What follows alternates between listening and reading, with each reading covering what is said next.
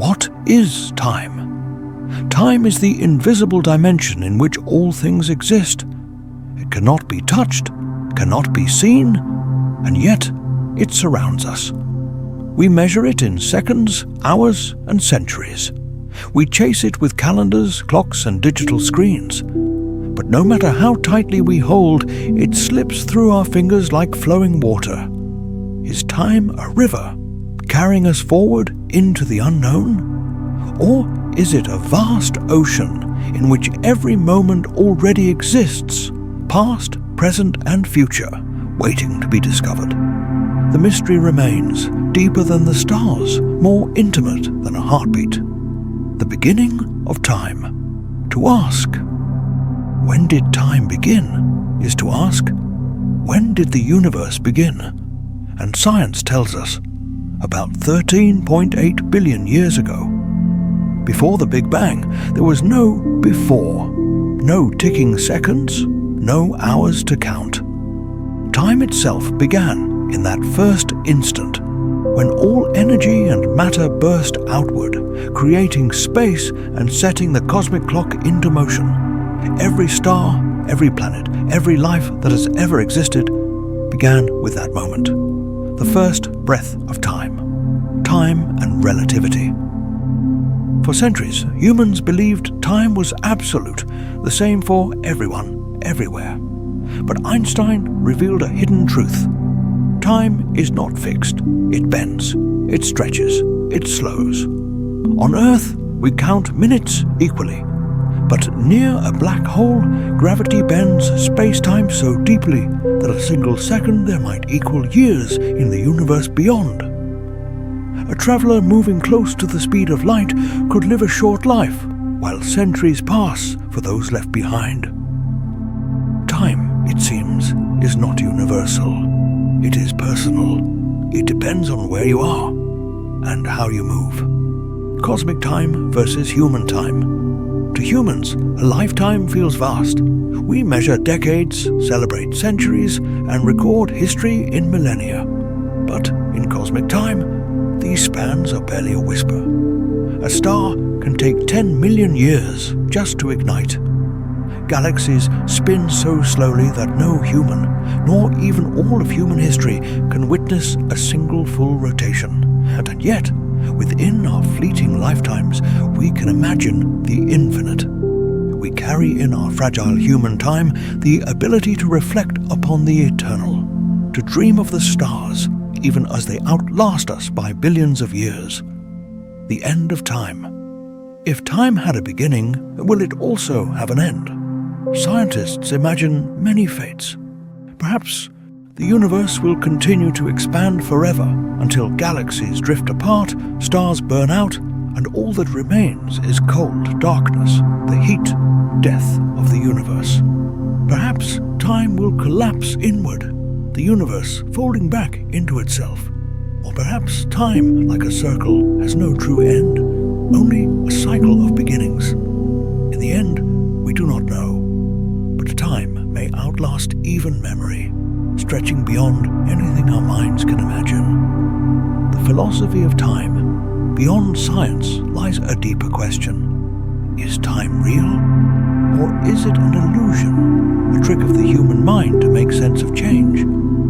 Some philosophers say all of time exists at once, past, present, and future, layered like pages of a book.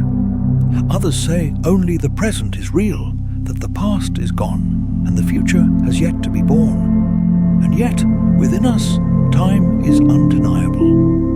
We feel its weight in nostalgia. We see it in the lines of an aging face.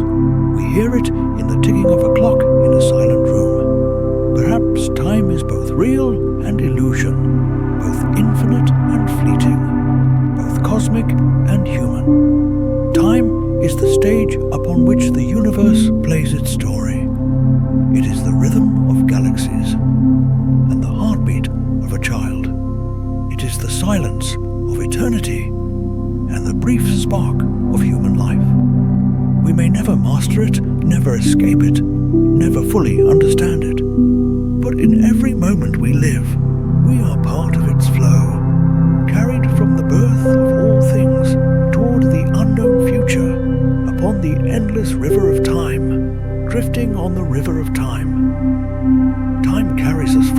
like a vast, unseen river, moving silently through every moment of existence. From the moment we open our eyes as infants to the final breath that closes our lives, we are passengers upon its current. Unlike a river of water, time cannot be touched or seen, yet it shapes everything around us. It sculpts mountains through erosion. It ages the skin on our hands. It determines the cycles of the planets and the slow death of the stars. To drift on this river is to be alive, for life itself is measured in the steady pulse of time. When we imagine drifting down such a river, it helps us understand why human beings, since the earliest civilizations, have been fascinated and unsettled by time. Ancient people marked its passage by watching the sky. They saw the sun rise and fall. They observed the moon wax and wane. They noted the return of seasons, and they understood that this flow, though invisible, governed their survival. In Mesopotamia, farmers built calendars to track floods and harvests. In Egypt, priests constructed shadow clocks and water clocks to measure the hours of the day. To the Mayans, time was sacred, a cycle that determined not only agriculture, but the very destiny of their civilization. But as we drift along this river today, the perspective deepens. We know, thanks to centuries of science, that time is not only a human invention, but a fundamental dimension of the universe.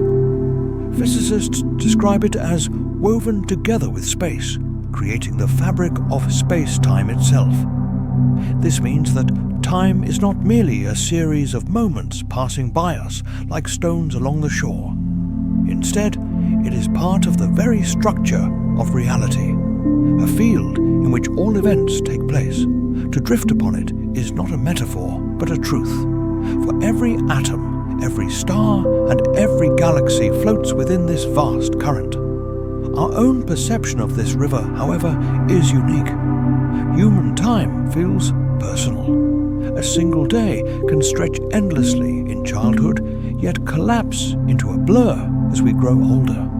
Psychologists explain that this is because the human brain does not perceive time uniformly. Novel experiences stretch our sense of duration, while familiar routines compress it. A child seeing the ocean for the first time feels a day that lasts forever, while an adult repeating the same commute may feel entire months dissolve like mist. This drifting sensation is not only personal but biological. Every living creature carries within it a rhythm that matches the flow of the world. Birds migrate according to seasonal cycles. Flowers bloom in harmony with the turning of the earth. Human beings have circadian rhythms, internal clocks tied to sunlight and darkness, regulating sleep, hormones, and energy. Even without watches or calendars, our bodies drift with time's current, sensing its hidden presence. To drift on the river of time is also to face its mystery. For centuries, philosophers asked whether time itself is real or whether it is only a concept created by the human mind. St. Augustine, in the 4th century, confessed that he understood what time was until someone asked him to explain it. To him, time was a paradox, something we live in constantly, yet cannot define. Centuries later, modern science would echo this uncertainty. Albert Einstein would show that time is not absolute, but relative, altered by speed and gravity. His discoveries suggested that time flows at different rates depending on where one stands in the universe. In other words, the river of time does not move with one current, but with countless streams, some faster, some slower, some barely moving at all. Imagine drifting on this river near the Earth, where seconds tick in a familiar rhythm. Now imagine an astronaut orbiting close to a black hole, where gravity bends the flow of time. For the astronaut, hours might pass, but for distant observers, centuries could unfold. Both are correct, yet both are different. The river of time, once thought steady and universal, is now understood as flexible, twisting, and vast beyond comprehension. As we continue to drift, we realize something else. Time is both infinite and finite. To the universe, it stretches across billions of years, from the birth of galaxies to their eventual decay. Yet, to us, time is finite, marked by a human lifespan that may last less than a century. This contrast is profound.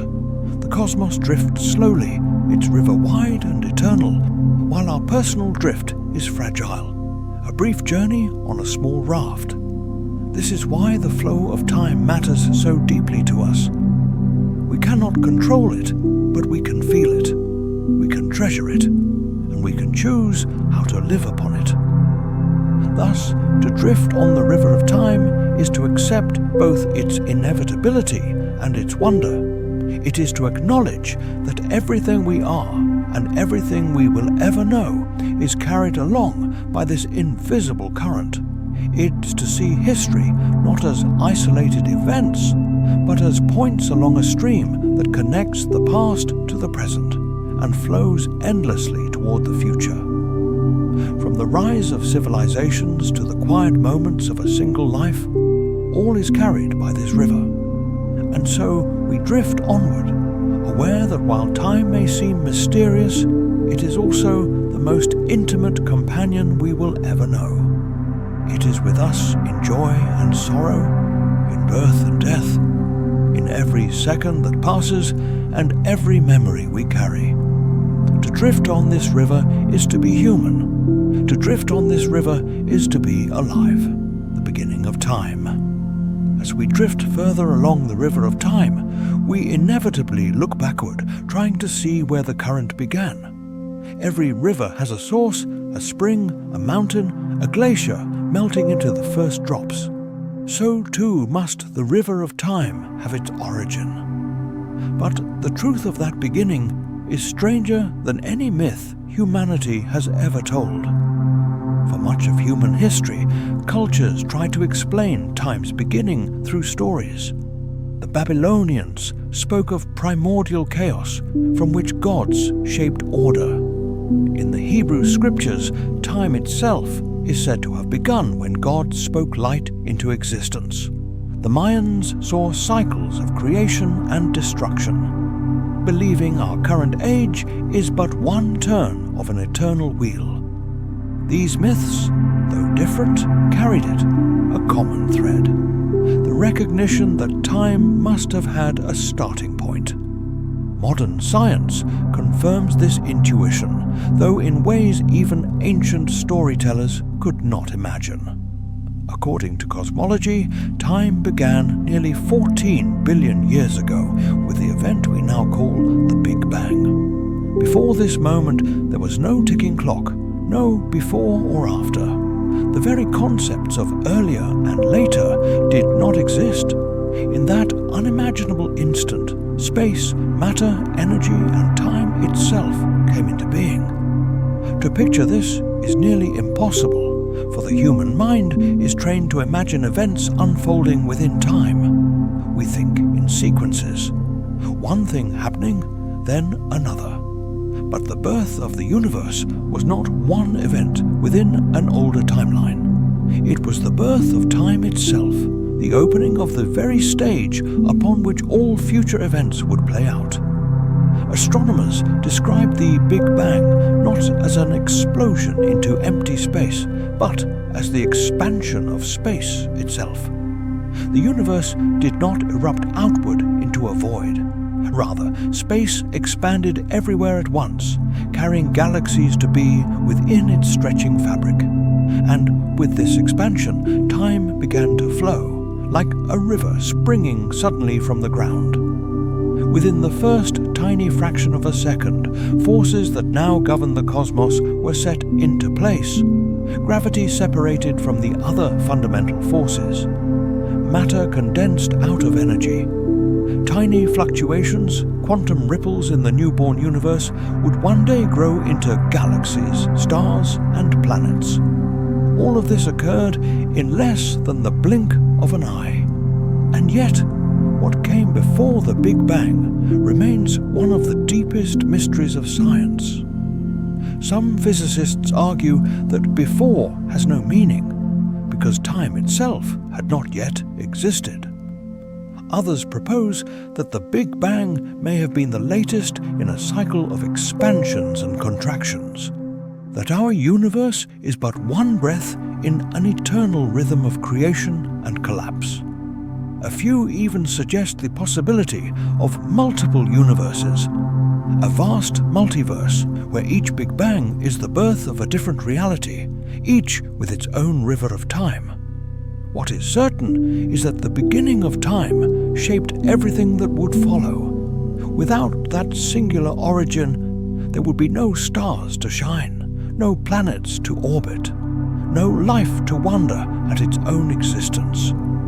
The seconds we measure today, the years we celebrate as birthdays, the centuries we record in history, all of them trace their lineage back to that first instant when time itself opened like a curtain upon the stage of reality. This realization humbles us. When we look up at the night sky, the starlight we see has traveled for thousands or even millions of years before reaching our eyes. We are, in a very real sense, looking backward through time.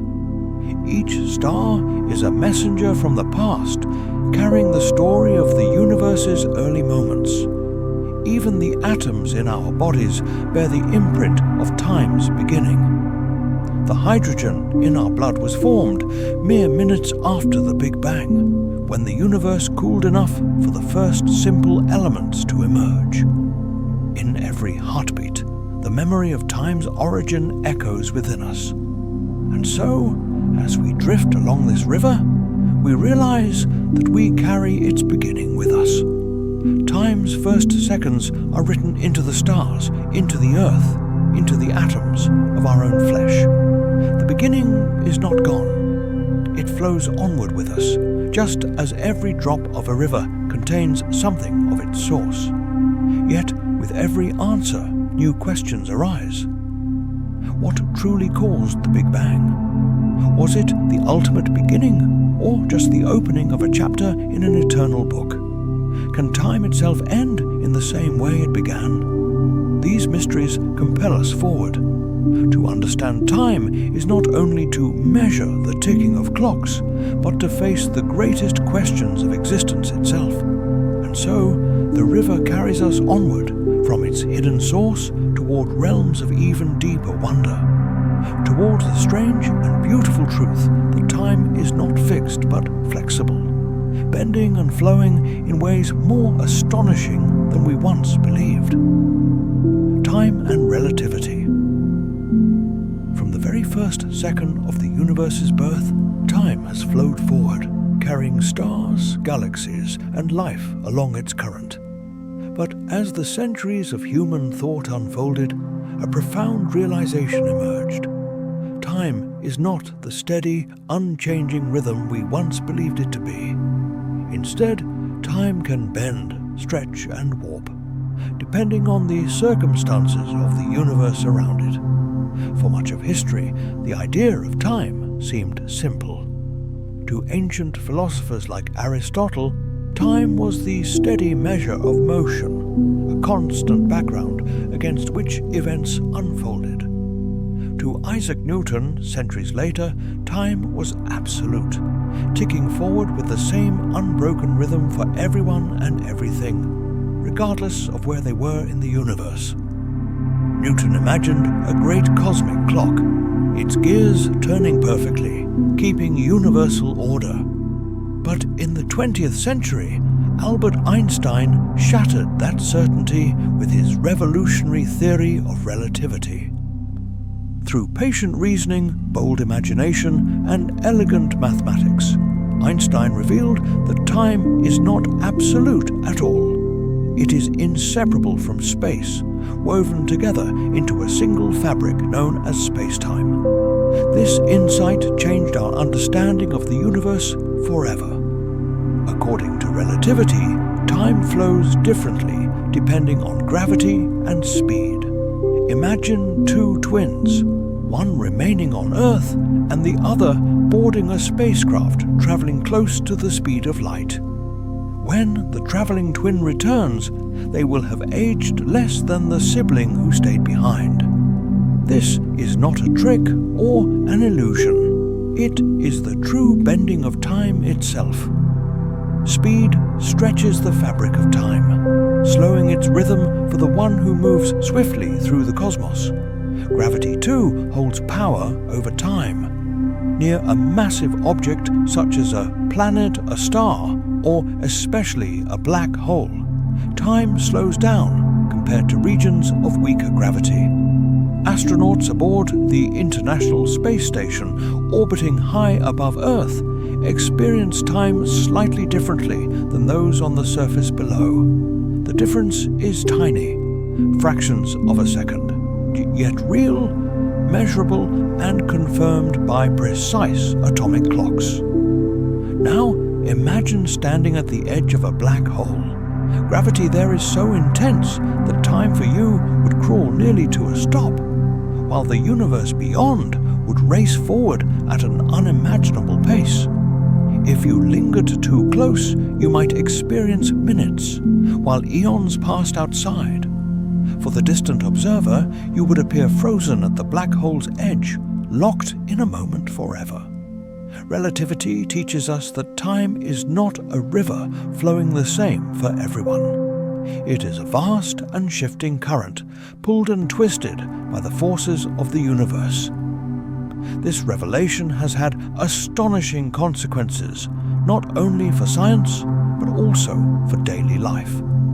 Global positioning satellites, which guide navigation systems in cars and phones, must account for the effects of relativity. Orbiting high above Earth, where gravity is weaker and speed is faster, their clocks tick at a slightly different pace than those on the ground. Without correcting for relativity, GPS would drift wildly off course, rendering navigation useless.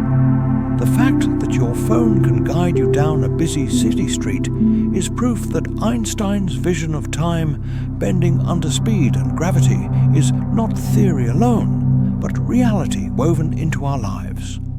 Relativity also opens the doorway to one of humanity's greatest dreams: time travel. Moving forward in time is already possible, in a sense. Travel fast enough or linger near a black hole and you will leap into the future, returning to find the universe age it beyond you. But traveling backward in time, returning to what has already been, is far more difficult. The mathematics of relativity hint at exotic possibilities, like wormholes or cosmic strings, but the paradoxes they unleash, changing the past, meeting oneself, remain unsolved puzzles. For now, backward time travel lives more in imagination than in physics. What relativity ultimately reveals is that time is not separate from the cosmos, but a living, changing dimension of it. It flexes with motion, it bends with gravity, it dances with energy and mass. The river of time, once thought to flow steady and straight, now appears as a winding braided stream with eddies and currents shaped by the fabric of space-time itself. To drift upon this river is to accept its strangeness. We are not passengers on a universal clock, moving in lockstep across the cosmos. We are travelers in a universe where time is as alive and dynamic as the stars themselves. And though relativity makes time more complex, it also makes it infinitely more beautiful, reminding us that even the seconds we take for granted are part of a vast and wondrous design. Cosmic time versus human time. If relativity teaches us that time bends and shifts, the universe itself reminds us of just how differently time is measured on the cosmic scale versus the human scale. To us, a century feels long.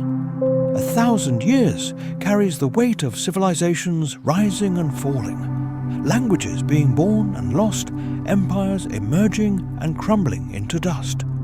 But to the universe, such spans are nothing more than sparks, brief flickers that vanish almost before they begin.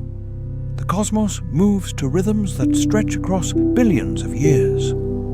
Stars are born in vast clouds of gas, igniting through nuclear fusion and burning steadily for lifetimes beyond imagination. Our own sun, already more than 4 billion years old, is still in its middle age, with several billion years left before it swells into a red giant and fades. To us, 4 billion years is a number so vast it almost escapes comprehension. Yet, to the stars, it is a natural heartbeat. Galaxies too turn slowly on their immense axes. The Milky Way takes more than 200 million years just to complete a single rotation. In the time it takes for our galaxy to spin once, entire species on Earth rise, flourish, and vanish. Of space-time geometry. The idea of curved space was radical. Imagine placing a heavy ball on a taut rubber sheet. The ball creates a dip, and any smaller object placed nearby rolls toward it, not because the ball pulls it, but because the surface itself guides its motion. This analogy, while imperfect, allowed the public to picture Einstein's general theory of relativity. Planets, stars, and even light itself move along curves carved into space-time by mass and energy. The bending of light around the sun, observed during the solar eclipse of 1919, became the first spectacular proof that space could be warped, and that even photons, weightless yet energetic, obey the geometry of the universe. As telescopes and technology advanced, we discovered that this curvature was not a local phenomenon, but a fundamental property of the cosmos. The great arcs of galaxies, the spiraling dance of binary stars, and the pathways of spacecraft all follow the subtle, continuous folds of space-time. When a black hole forms, the curvature becomes so extreme that all paths lead inward, and not even light can escape. This is gravity at its most absolute, the warping of space to an infinite degree. Yet the Apple's story, humble and earth-bound, is still at the heart of it all.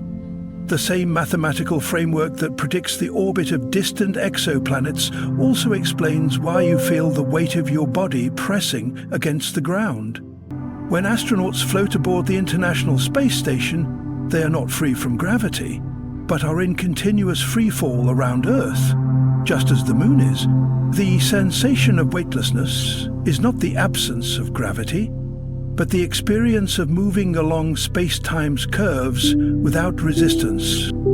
This understanding transforms our search for knowledge. We now recognize that mapping the curvature of space is essential not only for navigating spacecraft, but also for probing the universe's structure and destiny. Instruments like gravitational wave detectors, such as LIGO and Virgo, can sense ripples in spacetime caused by massive collisions billions of light years away, proving that the fabric Newton never imagined is dynamic, alive with motion. From a single falling apple to the grand sweep of cosmic arcs, the path is continuous. Newton's insight revealed a universal connection, and Einstein's vision showed that the stage on which the universe plays is not rigid, but shaped by its actors. Every orbit, every falling object, every beam of starlight is a silent testimony to the curvature of space. It is a reminder that the laws governing the cosmos are woven into the very geometry we inhabit. where an apple's gentle drop is kin to the orbit of worlds and the slow, endless spirals of galaxies.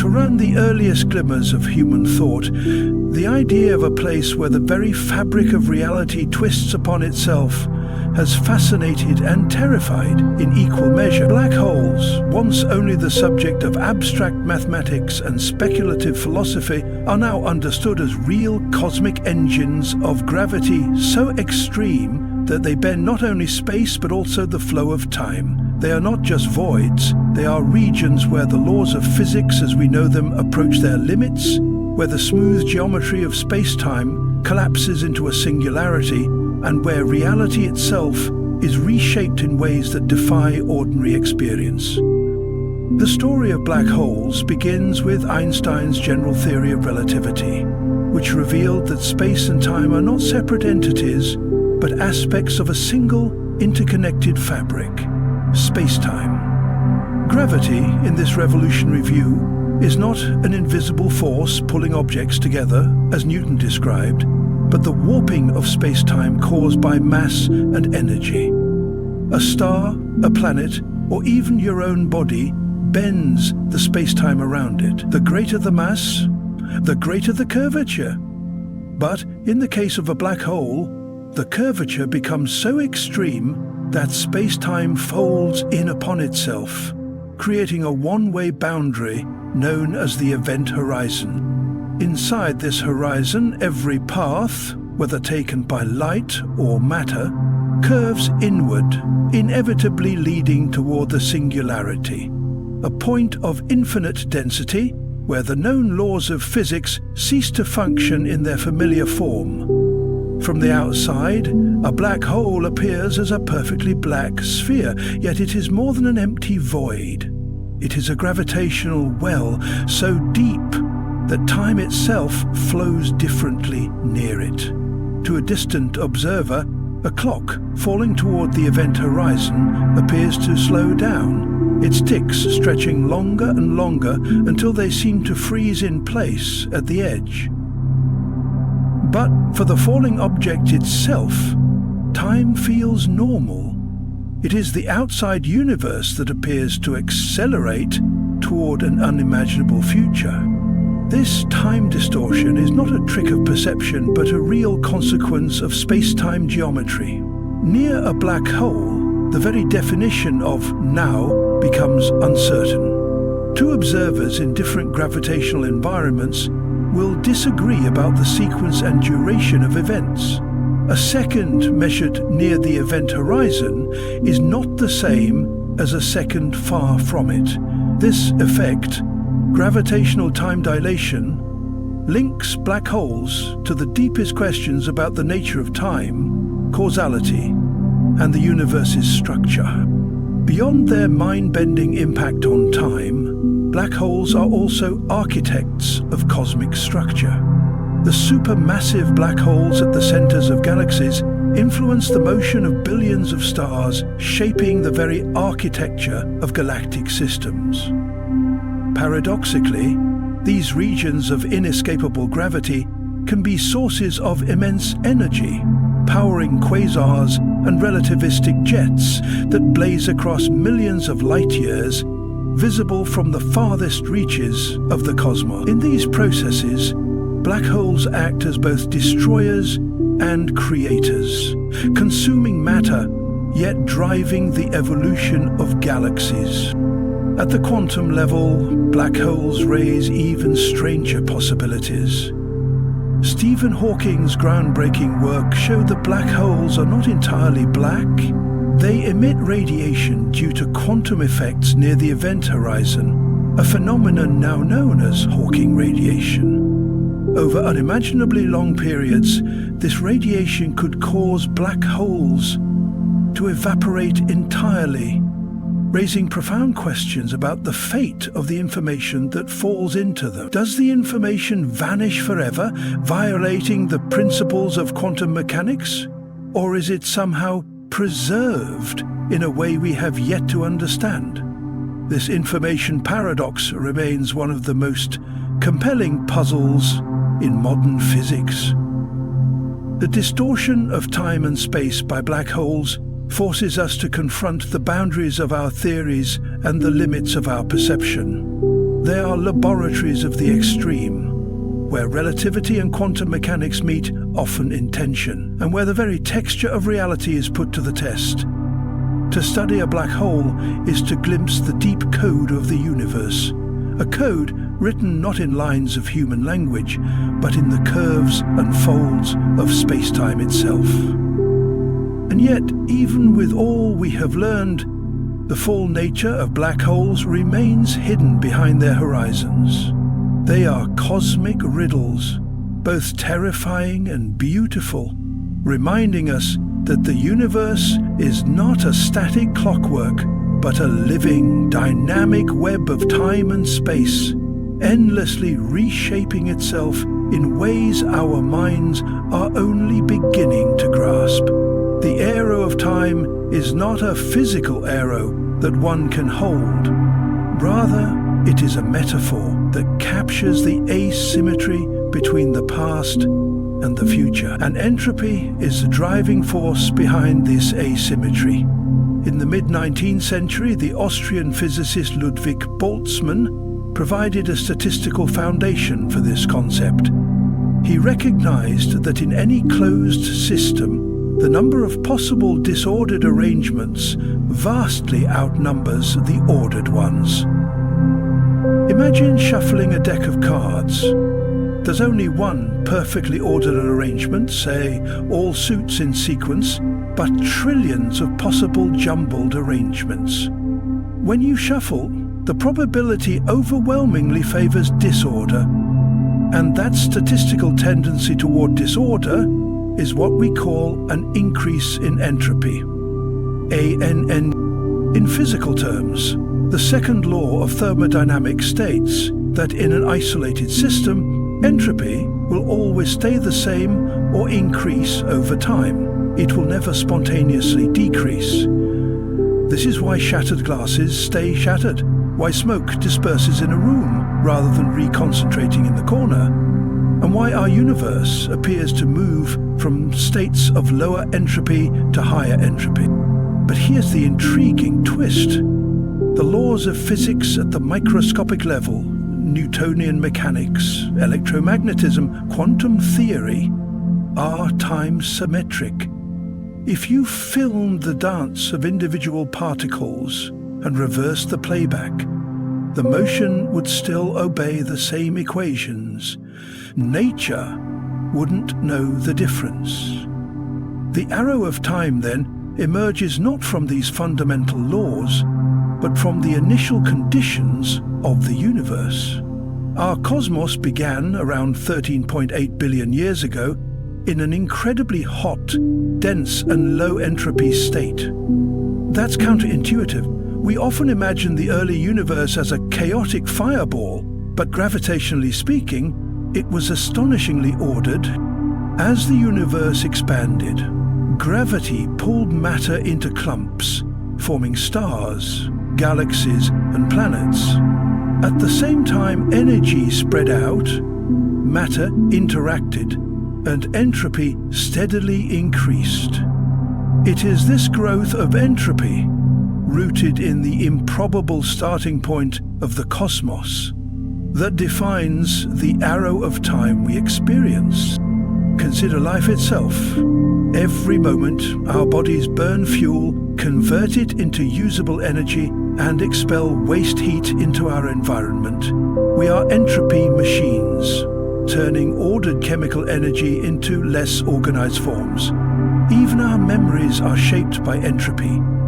We remember the past, but not the future, because in the past, the universe's configuration was more ordered, giving us a clear trail of causes leading to our present state. This also connects to the irreversible processes we witness in the grander scales. Stars burn their fuel, slowly increasing entropy until they die. Black holes swallow matter and radiate energy via Hawking radiation, converting the complexity of collapsed matter into a simpler bath of particles. Galaxies collide and merge, redistributing their stars into new arrangements. The cosmos is on a one-way path toward thermal equilibrium, where all energy is evenly spread and no further work can be done, a state known as heat death. Philosophically, the arrow of time forces us to confront deep questions. If the fundamental laws don't favor a direction, is time's flow merely a product of our universe's birth conditions? Could there exist other universes with no arrow of time at all, where past and future are indistinguishable? And if entropy is tied to our very perception of reality, does that mean that the passage of time itself is, in some sense, an illusion? While we may never see a broken glass leap back together, understanding entropy reveals that this irreversible journey is not just a human experience. It is written into the evolution of the cosmos itself. The arrow of time is the silent hand that shapes history, memory, decay and transformation, carrying us from the ordered dawn of creation into the vast, entropic future. And so, every second we live is part of this universal story, a single step in an irreversible march that began with the birth of the universe and will continue until the last flicker of usable energy fades into the eternal stillness. In the heart of the universe's most extreme places, there exists a boundary where human understanding falters, where mathematics stumbles into infinities, and where the known laws of physics cease to operate. These are the space-time singularities, enigmatic points in the cosmos where density becomes infinite. Curvature of space is without limit, and time itself is stripped of meaning. They are not simply exotic features of the universe. They are the ultimate challenge to our deepest theories of reality. To understand what a singularity truly is, one must first appreciate the concept of spacetime. Albert Einstein's theory of general relativity revealed that space and time are not rigid, immutable backdrops for the events of the cosmos. They are woven together into a flexible, dynamic fabric that bends, warps, and stretches under the influence of mass and energy. A massive star curves the space-time around it, guiding planets into orbits. The sun bends the path of starlight. And yet, under the right and extreme conditions, this curvature can become so intense that the rules break down entirely. The most famous example of a singularity hides within a black hole. When a massive star exhausts its nuclear fuel, gravity gains the upper hand. With no outward pressure from fusion to counteract it, the star collapses inward. If the star is heavy enough, no known force can stop this implosion. Matter is crushed to a point of zero volume and infinite density, a singularity, where gravitational pull is so overwhelming that even light cannot escape. At this heart of darkness, space-time is bent into a shape so extreme that it can no longer be described by Einstein's equations in their usual form. The mathematics predicts infinity, a signal that the theory is being pushed beyond its domain of validity. Yet singularities are not confined to the ends of massive stars.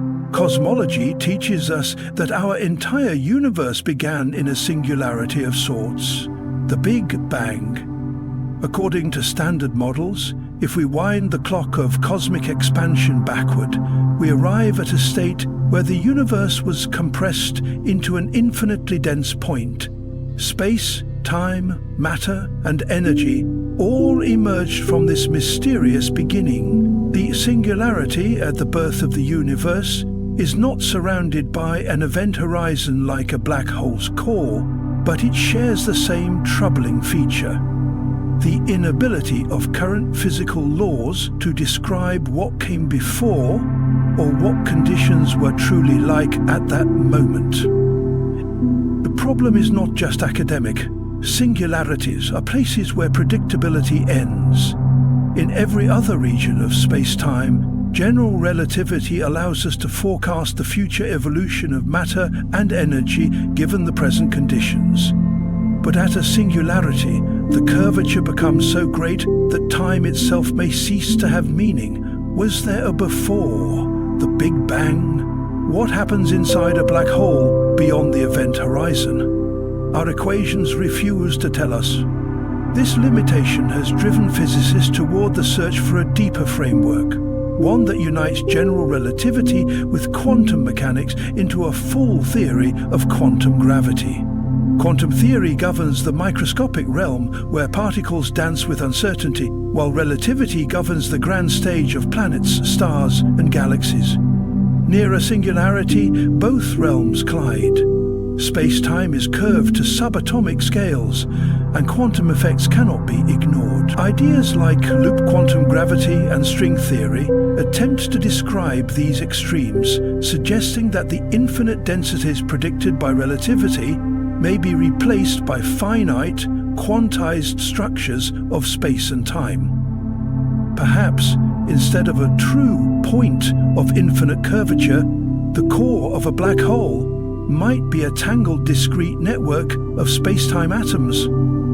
The Penrose-Hawking singularity theorems, developed in the late 20th century, made a profound statement. Singularities are not rare oddities. They are inevitable outcomes of relativity given certain realistic conditions. These theorems shattered the hope that singularities might be avoided through exotic matter or special symmetries. Instead, they implied that space-time itself possesses built-in boundaries where our understanding will always require something beyond Einstein's vision. Singularities also raise deep philosophical questions. If the universe began in such a state, what determined the laws of physics that emerged? Are singularities portals to other universes, as some speculative models suggest? Or are they truly the ultimate dead ends of reality? Could information somehow survive passage through a singularity, as some quantum gravity proposals imply? Or is it obliterated forever? In the end, space-time singularities are not just problems for mathematicians. They are the edges of the map in humanity's exploration of the cosmos. They represent the points where nature withholds her final secrets, forcing us to invent new mathematics, new physics, and perhaps even new ways of thinking. Just as the horizon hides the vastness of the ocean beyond, the event horizon of a black hole conceals the strange and uncharted landscape of the singularity. We may not yet know what lies at the heart of these extremes, but one truth is certain: to solve the mystery of singularities is to take the next great leap in our understanding of the universe. They are the most dramatic reminders that, no matter how far science advances, there will always be frontiers where curiosity must lead the way, and where, for now, physics breaks in the realm of our everyday lives. Time feels steady and absolute. A second here is a second there, no matter who you are or where you stand. Yet, the deeper we look into the workings of the universe, the more this comforting certainty begins to dissolve. Modern physics tells us that time is not a universal metronome, ticking away identically for everyone. It is a pliable dimension woven into the very fabric of reality, and it can stretch, compress, or even appear to slow down. One of the most mind-bending illustrations of this truth is a thought experiment so famous that it has traveled from scientific papers into science fiction and philosophical debate: the twin paradox. The paradox begins with a simple premise. Imagine identical twins, born seconds apart, sharing the same childhood, the same rhythms of life. One twin, let's call her Anna, remains on Earth. The other, Elena, climbs aboard a spaceship capable of traveling at a significant fraction of the speed of light. Elena's ship embarks on a long journey to a distant star and then returns home, When she steps back onto Earth's soil, the two sisters embrace, only to discover something astonishing. Elena is younger than Anna, perhaps by years. Her clock, and even the biological processes of her body, have experienced less time. This outcome is not a fantasy. It is a direct consequence of Einstein's theory of special relativity. According to special relativity, the faster you move through space, the slower you move through time relative to someone who is stationary. This is time dilation, a real, measurable phenomenon confirmed in countless experiments. Muons, unstable subatomic particles, survive longer when traveling near light speed. Atomic clocks flown on aircraft or mounted on satellites tick at slightly different rates than identical clocks on Earth. And yet the paradox arises when we consider symmetry. From Elena's perspective, isn't Anna the one moving away at high speed? If motion is relative, shouldn't Anna be the younger one when they reunite? The resolution lies in the fact that their experiences are not truly symmetrical. Elena's journey involves acceleration and deceleration, turning the ship around to return home, while Anna remains in one continuous frame of reference on Earth. Acceleration changes the geometry of space-time for the traveler, breaking the symmetry and allowing special relativity to produce its startling result. The twin paradox also reminds us that clocks, whether mechanical, atomic or biological, are not just human-made devices, but manifestations of the flow of time itself. In high-speed travel, all processes slow down in unison. The beating of a heart, the decay of atoms, the firing of neurons in the brain. For Elena, life aboard the ship feels perfectly normal. Seconds pass, hours pass, days pass, just as they always do. It is only when the twins are reunited and compare experiences that the vast gulf of accumulated difference becomes apparent. In the modern era, this is more than a theoretical curiosity. The Global Positioning System, GPS, must account for time dilation. Satellites orbiting Earth move fast enough and exist far enough from Earth's gravity that both special and general relativity affect their onboard clocks. Without precise relativistic corrections, GPS positions would drift by kilometers within a single day. But the twin paradox also brushes against deeper, more philosophical questions. If time itself is mutable, if it flows differently depending on motion and gravity, what does that mean for our understanding of now? Is the present truly universal, or does each observer carry their own private version of reality's clock? Einstein himself once remarked that the distinction between past, present, and future is a stubbornly persistent illusion. And so, the twin paradox stands as more than a puzzle. It is a window into a cosmos where time is not the master, but the dance partner of space, movement, and gravity.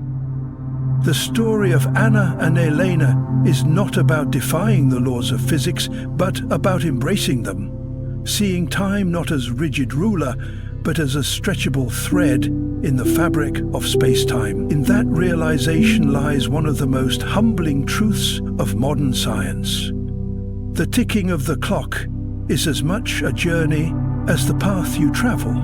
Gravitational time dilation near massive objects. Imagine standing at the foot of an enormous mountain, its sheer presence dominating the horizon. Now, stretch that idea beyond all earthly scales. Picture a star dense enough to pack the mass of our sun into the size of a city, or even a black hole whose gravitational field bends the very fabric of reality. In such environments, time itself does not flow as it does for you and me here on Earth. This phenomenon, known as gravitational time dilation, is one of the most fascinating predictions of Einstein's general theory of relativity, and it reveals that time is not a universal constant, but a flexible dimension, stretching and compressing depending on the strength of gravity. The concept begins with Einstein's radical insight. Gravity is not merely a force pulling objects together, as Isaac Newton described. Instead, it is the curvature of space-time caused by mass and energy. The more massive an object, the deeper the well it carves into the space-time fabric. Just as a marble rolling near the edge of a funnel slows as it climbs out. Light and even time itself are affected when they pass through these gravitational depressions. Near a massive object, clocks tick more slowly compared to those farther away. This is not a philosophical abstraction. It has been measured with extraordinary precision. In 1971, the Hafele-Keating experiment flew atomic clocks around the world on commercial airliners. They found that the clocks aboard the planes disagreed with identical clocks on the ground, both because of their motion, special relativity. Later, scientists conducted experiments using satellites and the ultra-precise Global Positioning System, GPS. Without correcting for gravitational time dilation, GPS signals would drift by about 38 microseconds per day, enough to throw off positions by kilometers within 24 hours. The deeper you descend into a gravitational well, the slower time runs relative to a distant observer. This effect becomes extreme near compact astrophysical objects. Around neutron stars, where gravity is billions of times stronger than Earth's, the time dilation is significant, but still survivable in principle. Near the event horizon of a black hole, however, the distortion is so intense that, from the perspective of an outside observer, time for someone falling in would appear to almost freeze. To the falling traveler, however, their own clock ticks normally. They simply notice that the rest of the universe seems to accelerate into the future. This strange warping of time even has real implications for how we think about the universe's history and future. In regions of extreme gravity, processes like decay, motion, and even thought occur more slowly relative to distant cosmic locations. The interplay between gravitational time dilation and cosmic expansion means that events near supermassive black holes may remain hidden to us for eons, perhaps forever. In a way, gravitational time dilation forces us to abandon the idea of one absolute, universal now. Time becomes personal, linked to position and gravitational influence.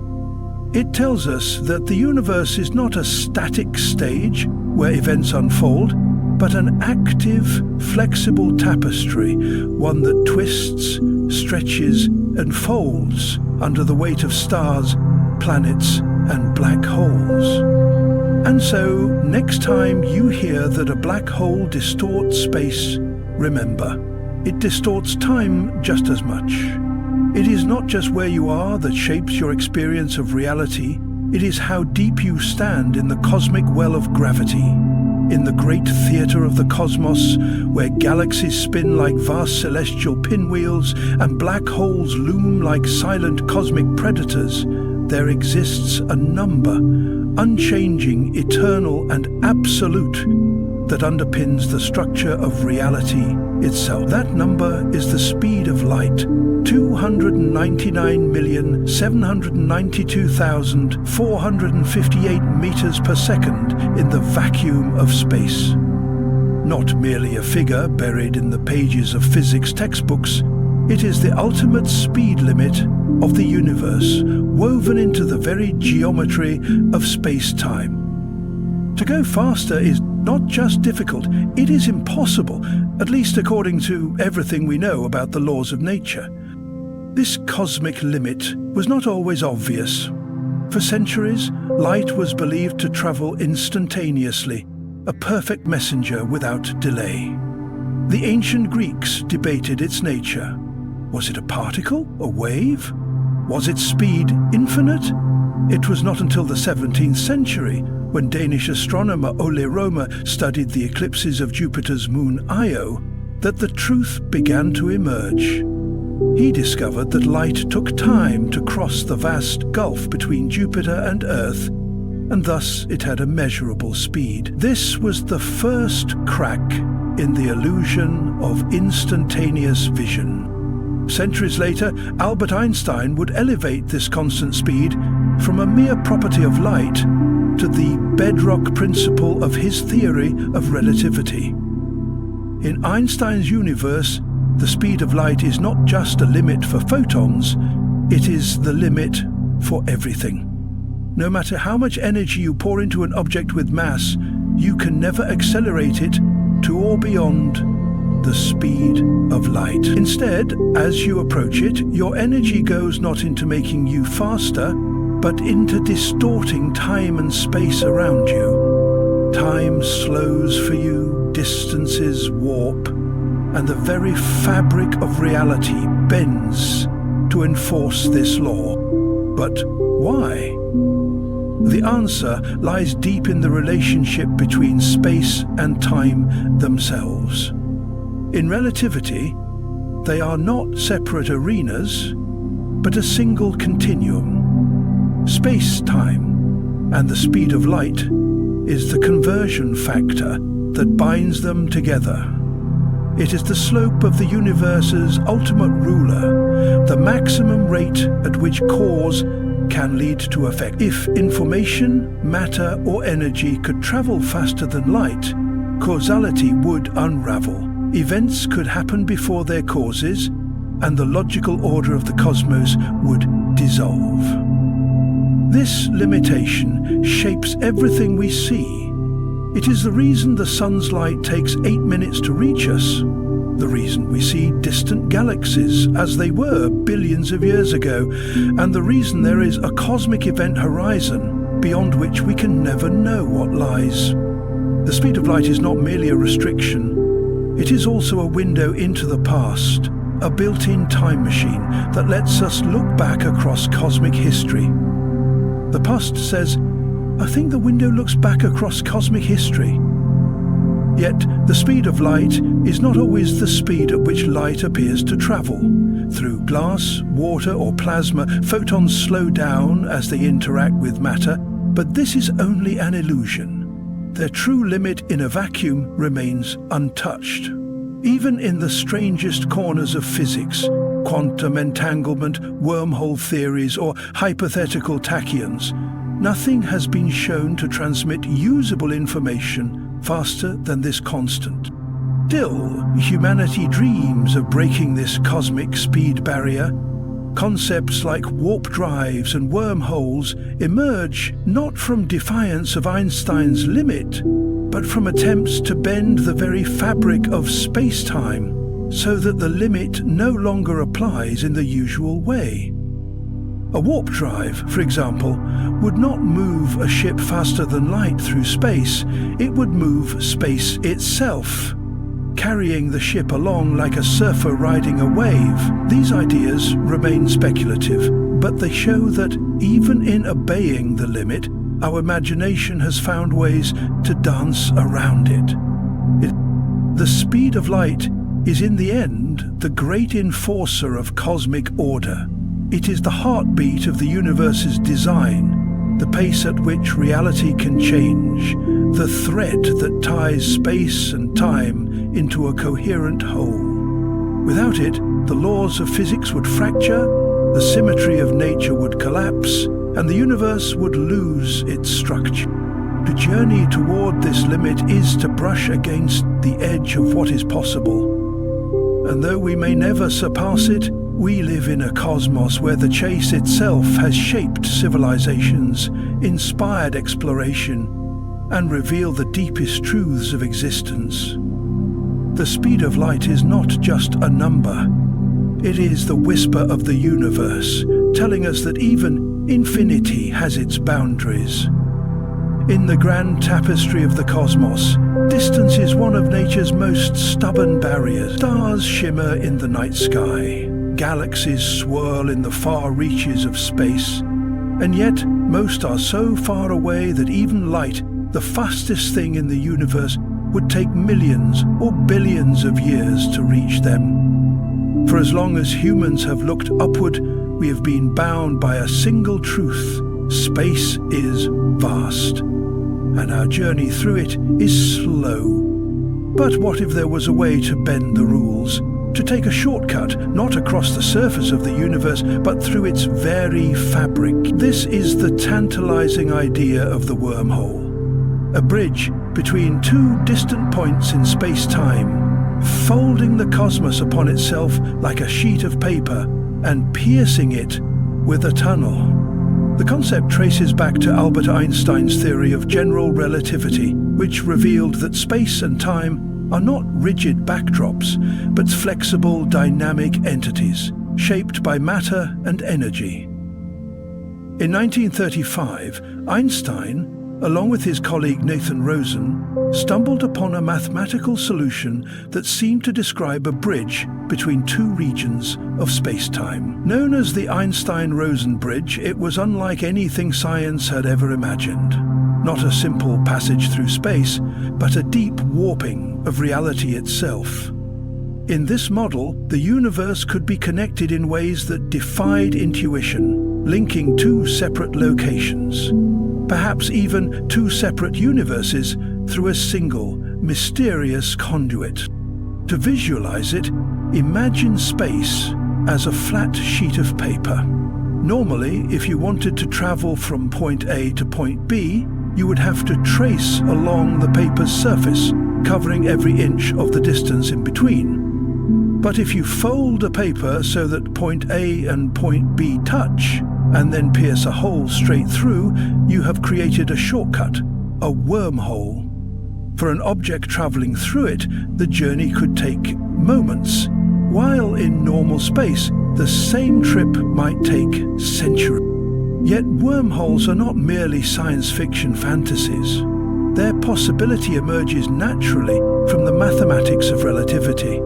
But there is a problem, perhaps several. The Einstein-Rosen bridge, as originally described, would collapse instantly if anything tried to pass through it. The tunnel would pinch shut before a single photon could cross. To hold a wormhole open, it would require something exotic. Matter with negative energy density, often referred to as exotic matter. Unlike normal matter, which has positive mass and energy, exotic matter would act like an anti-gravity force, pushing space apart instead of pulling it together. Without it, the walls of the wormhole would slam shut under the crushing force of gravity. In the 1980s, physicist Kip Thorne and his colleagues explored whether wormholes could, in theory, be stable enough for travel. Their work showed that if exotic matter existed, and in the right quantities, a traversable wormhole might not be ruled out by the laws of physics. This sparked a wave of fascination, not just in the scientific community, but in popular culture, inspiring books, films, and endless speculation about interstellar travel, time machines, and connections to parallel universes. The implications are staggering. A wormhole could allow not only faster-than-light travel between distant stars, but potentially travel between different points in time.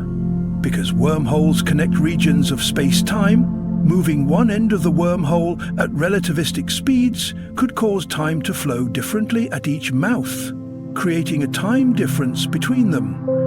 Step into one end, and you could emerge not only in a distant galaxy, but in a different era, the past or the future. This is where the physics dances dangerously close to paradox, and where our understanding of causality, the sequence of cause and effect, is tested to its limits. Still, for all the mathematical beauty, there is a profound lack of evidence. No wormhole has ever been detected, and the energy requirements to build or sustain one are far beyond anything humanity can currently produce.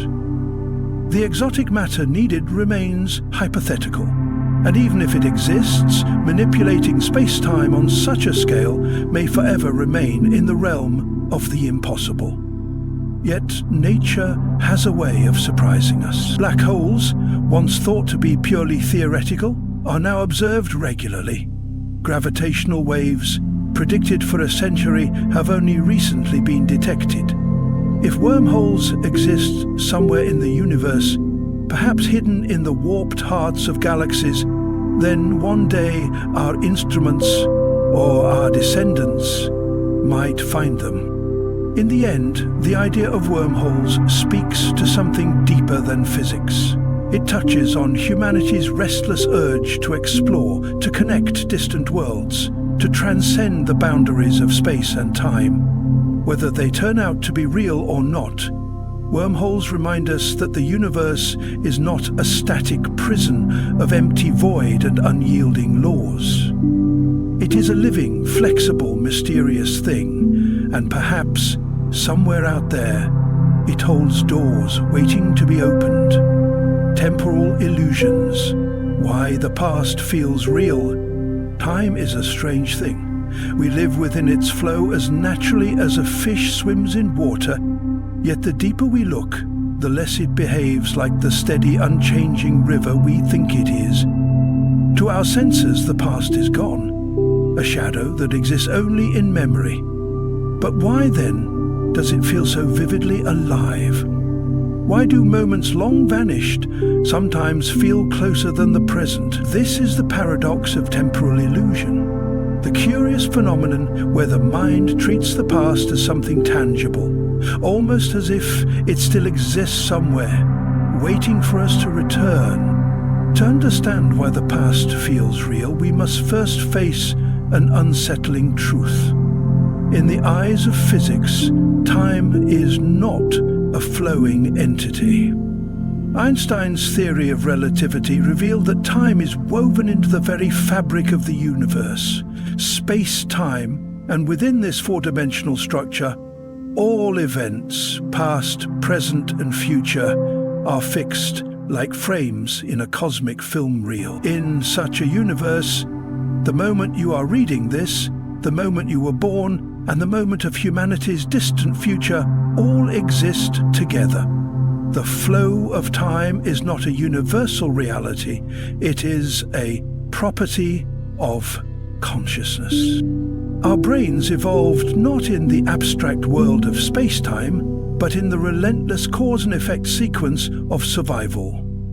The mind constructs time to keep track of events, to anticipate danger, to remember food sources, to recognize faces, to love and to grieve. Memory is its great tool, and memory is deceptive. Unlike a video recording, it is not a perfect playback. It is reconstructed each time, influenced by emotions, associations, and even the present moment itself. Yet when we recall a childhood scene, the smell of rain on dusty soil, the laughter of a friend, the rustle of leaves in the summer wind, the brain reactivates many of the same neural patterns that occurred when we first experienced it. In effect, we don't just remember the past, we partially relive it. But there is a deeper layer to this illusion, one tied to how time is structured in the universe itself. In the block universe interpretation of relativity, the past is not destroyed. It simply occupies a different location in space-time, like an old chapter in a book you can no longer turn back to. We can't physically revisit it, but its existence is just as real as this present moment. When you stand under the night sky, the starlight you see left its source hundreds, thousands, even millions of years ago. In a sense, you are looking directly into the past, not just imagining it, but actually perceiving ancient moments frozen in light. This connection between memory, perception, and the physical reality of spacetime creates the strange sensation that the past exists somewhere, as if we could step through a hidden doorway and return to it. Science fiction often plays with this idea: time machines, portals, wormholes. But the laws of physics resist such journeys. The arrow of time, dictated by entropy, pushes us forward relentlessly. The universe's tendency toward disorder ensures that the past remains ordered, stable, and unreachable, while the present dissolves into the growing sea of what has already happened. Yet emotionally, the past never fully lets go of us. Neurological studies show that recalling a memory can activate the same emotional circuits as the original event. This is why grief can feel fresh after decades, why joy from an old victory can still make us smile, and why heartbreak can return with the same sting as the first day it happened. The mind does not differentiate between then and now as sharply as physics does. In the theatre of our consciousness, the past can walk the same stage as the present. And so we are left with a truth both haunting and beautiful. The past feels real because, in a very real sense, it is. It lives in the architecture of space-time, in the patterns of light reaching our eyes from distant stars, and in the neural pathways of our minds. We cannot touch it, we cannot change it, but we can carry it. And in carrying it, we keep it alive. Perhaps that is the deepest temporal illusion of all, that what is gone can never return, when in fact it has never truly left. Time before the Big Bang, does it exist? The question of whether time existed before the Big Bang is one of the deepest and most perplexing puzzles in cosmology, blending physics, philosophy, and even metaphysics. To answer it, we must confront what the Big Bang actually was, not as a fiery explosion in empty space, but as the origin of the very fabric of space and time itself. According to the standard cosmological model, the Big Bang was not an event within time, it was the birth of time. Before it, there was no before in the way we normally understand it, because before is a temporal concept that requires time to exist in the first place. Einstein's general theory of relativity, which describes gravity as the curvature of space-time, predicts that as we trace the history of the universe backward, the density, temperature, and curvature all increase until they approach infinity. At that singularity, about 13.8 billion years ago, our current mathematical description of reality breaks down. Time, as defined by the ticking of clocks and the sequence of cause and effect, appears to reach a boundary. It is as if the river of time narrows to a point and simply stops. From this perspective, asking what happened before the Big Bang is akin to asking what is north of the North Pole. It may be a meaningless question in our current framework. Yet, physics does not stop at boundaries, it seeks to cross them. Quantum cosmology, which attempts to unite quantum mechanics with general relativity, opens possibilities for what before could mean. Some theories suggest that time is not fundamental but emergent, arising from deeper, timeless laws of physics. In such scenarios, the Big Bang may not have been the true beginning, but rather a transition, like ice melting into water. A change of state in a larger, eternal reality. One possibility is the cyclic universe model, in which the cosmos undergoes endless cycles of expansion and contraction, with each bang following a crunch. In this view, time stretches infinitely backward, and our Big Bang is just one chapter in an eternal book. Another is the quantum bounce, suggested by loop quantum gravity, in which the universe did not emerge from nothing, but rebounded from a prior contracting state, avoiding the singularity entirely. There is also the multiverse hypothesis, where our Big Bang is one bubble among countless others forming in an eternal inflationary background, a vast and timeless sea spawning universes endlessly. Even more radical ideas come from Stephen Hawking's no boundary proposal, which imagines time near the Big Bang behaving like space. It has no edge, no before, but is finite in extent. In this model, the question, what happened before time, becomes unnecessary. Because time didn't begin in a singular moment, it smoothly emerged from a kind of timeless quantum realm. The difficulty in answering this question lies in our human perspective. We experience time as a flowing river, always moving from past to future. We intuitively imagine that every event has something before it, but the universe may not conform to this intuition. Time could be an artifact of the universe's expansion, a feature that simply did not exist in any meaningful sense before our cosmos took shape.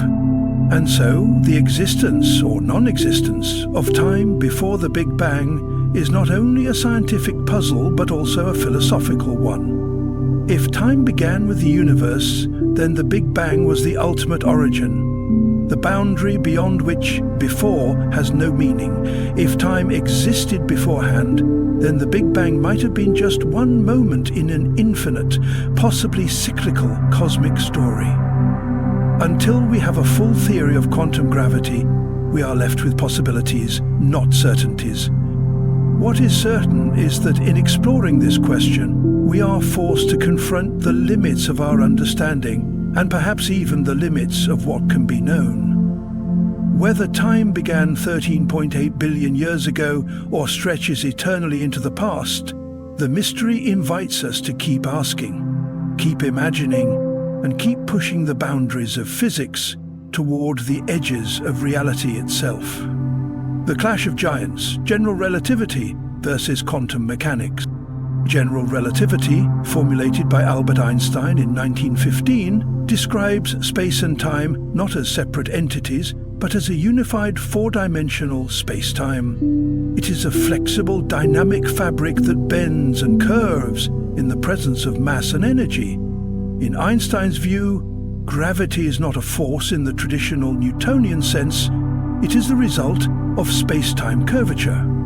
Massive objects like stars and planets warp space-time, and objects follow the curves of this geometry.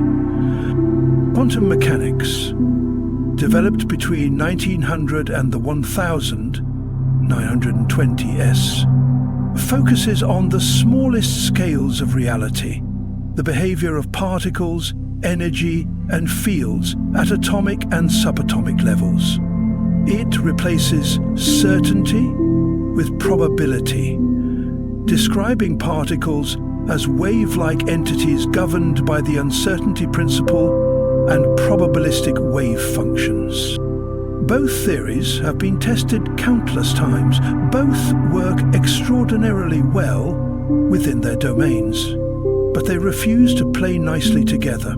General relativity works flawlessly at large scales. Planets, galaxies, the universe itself, while quantum mechanics dominates at the atomic and subatomic scales.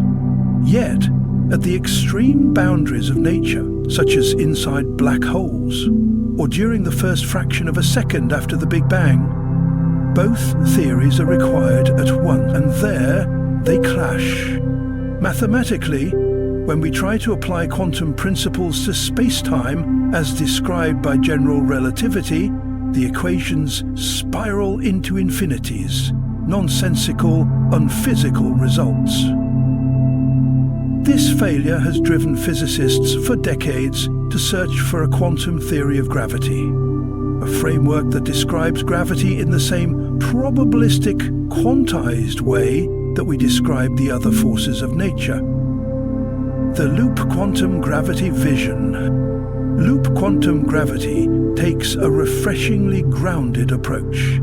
Instead of embedding our universe into higher dimensions or postulating exotic strings vibrating in unseen spaces, LQG works directly with what general relativity already gives us, the dynamic fabric of space-time, and applies quantum principles to it. The key insight of LQG is that if matter is quantized and energy is quantized, perhaps space itself is quantized. The continuous geometric fields of general relativity, when viewed through a quantum lens, break down into a network of finite, indivisible chunks, discrete atoms of space. In this view, geometry itself becomes granular. Just as photons are the smallest quanta of light, these space atoms are the smallest possible units of area and volume. Below this scale, the very concept of space ceases to exist in the way we understand it. Spin networks, the atoms of space. In the mathematics of LQG, these discrete chunks of space are described by something called a spin network. Developed originally by Roger Penrose in the 1970s and later incorporated into LQG by Carlo Rovelli, Lee Smolin and others, a spin network is not a structure sitting inside space. Imagine a vast interconnected web. The edges of the web carry values known as spins, which are related to the quantum numbers familiar from particle physics. The nodes, where the edges meet, represent elementary volumes of space. The edges themselves represent quantized areas, and their intersection patterns encode the curvature and connectivity of space. In other words, space is not a backdrop against which events happen. It emerges from the relationships and connections in this network.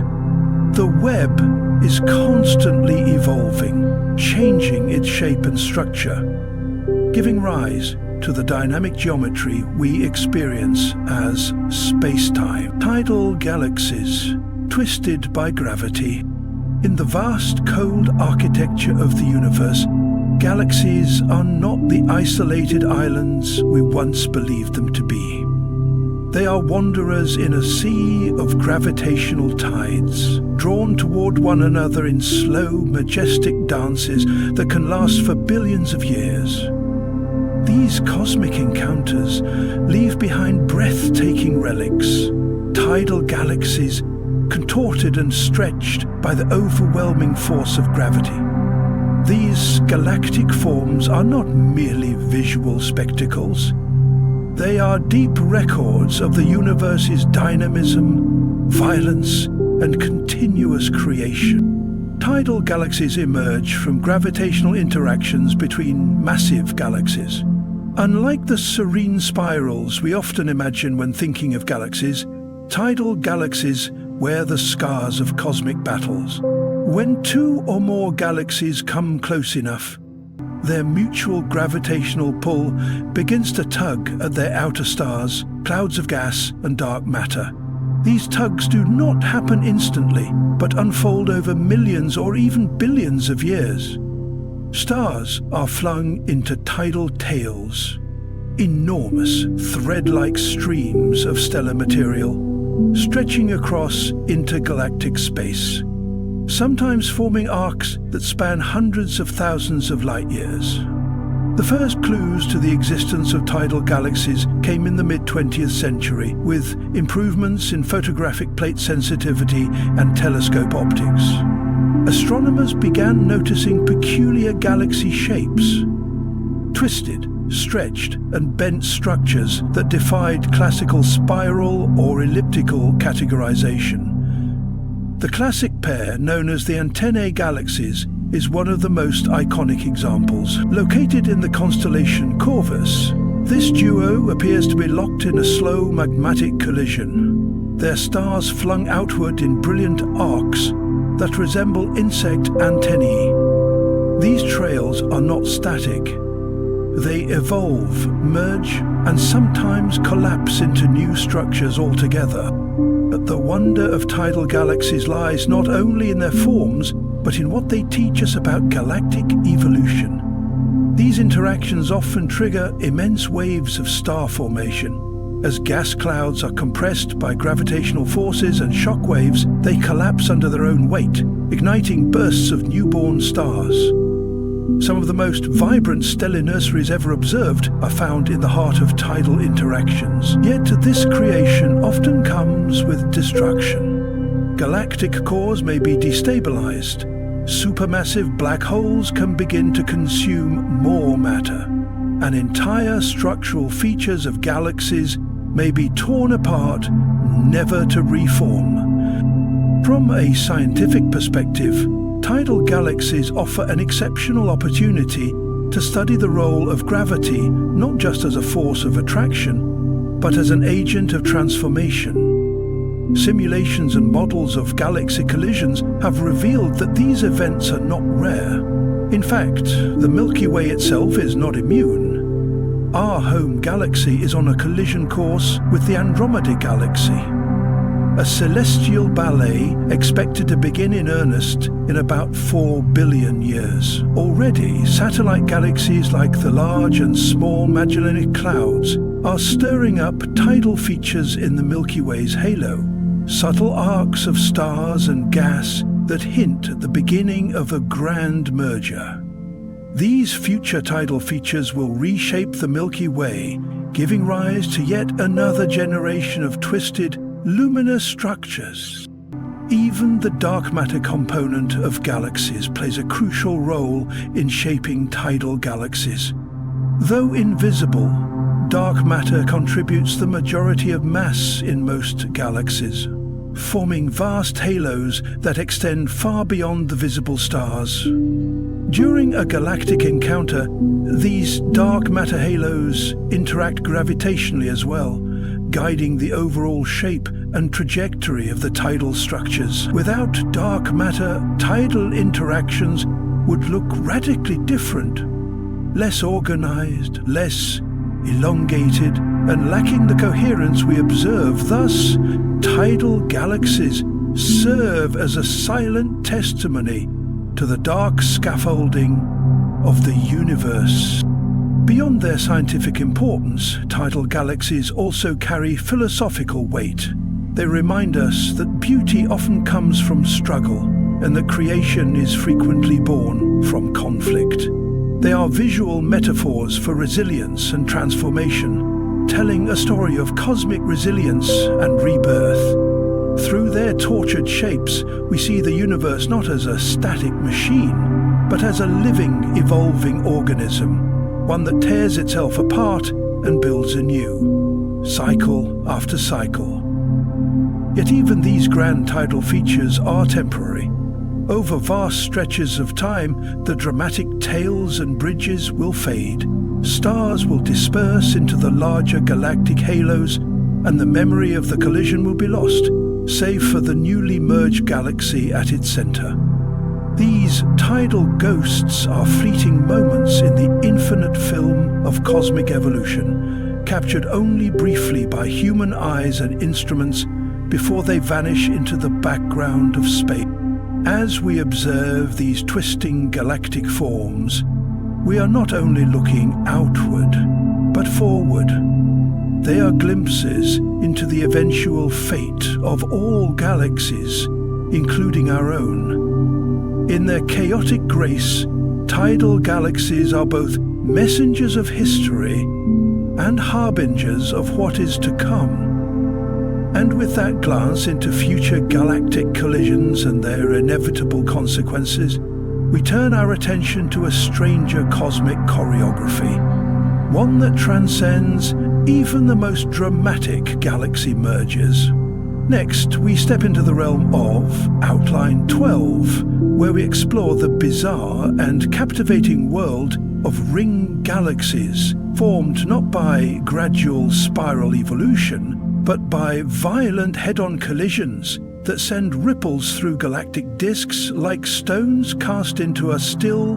The Hercules Corona Borealis, Great Wall, the largest structure in the universe, As we leave behind the intricate gravitational dances that twist galaxies into tidal forms, our perspective must widen, not just across space, but across the very concept of scale itself. From the delicate, luminous threads spun by merging galaxies, we now move into a realm so vast, so profoundly immense, that it challenges the very boundaries of human comprehension. We arrive at what may be the largest known structure in the observable universe, the Hercules Corona Borealis Great Wall, a name as colossal as the cosmic giant it represents.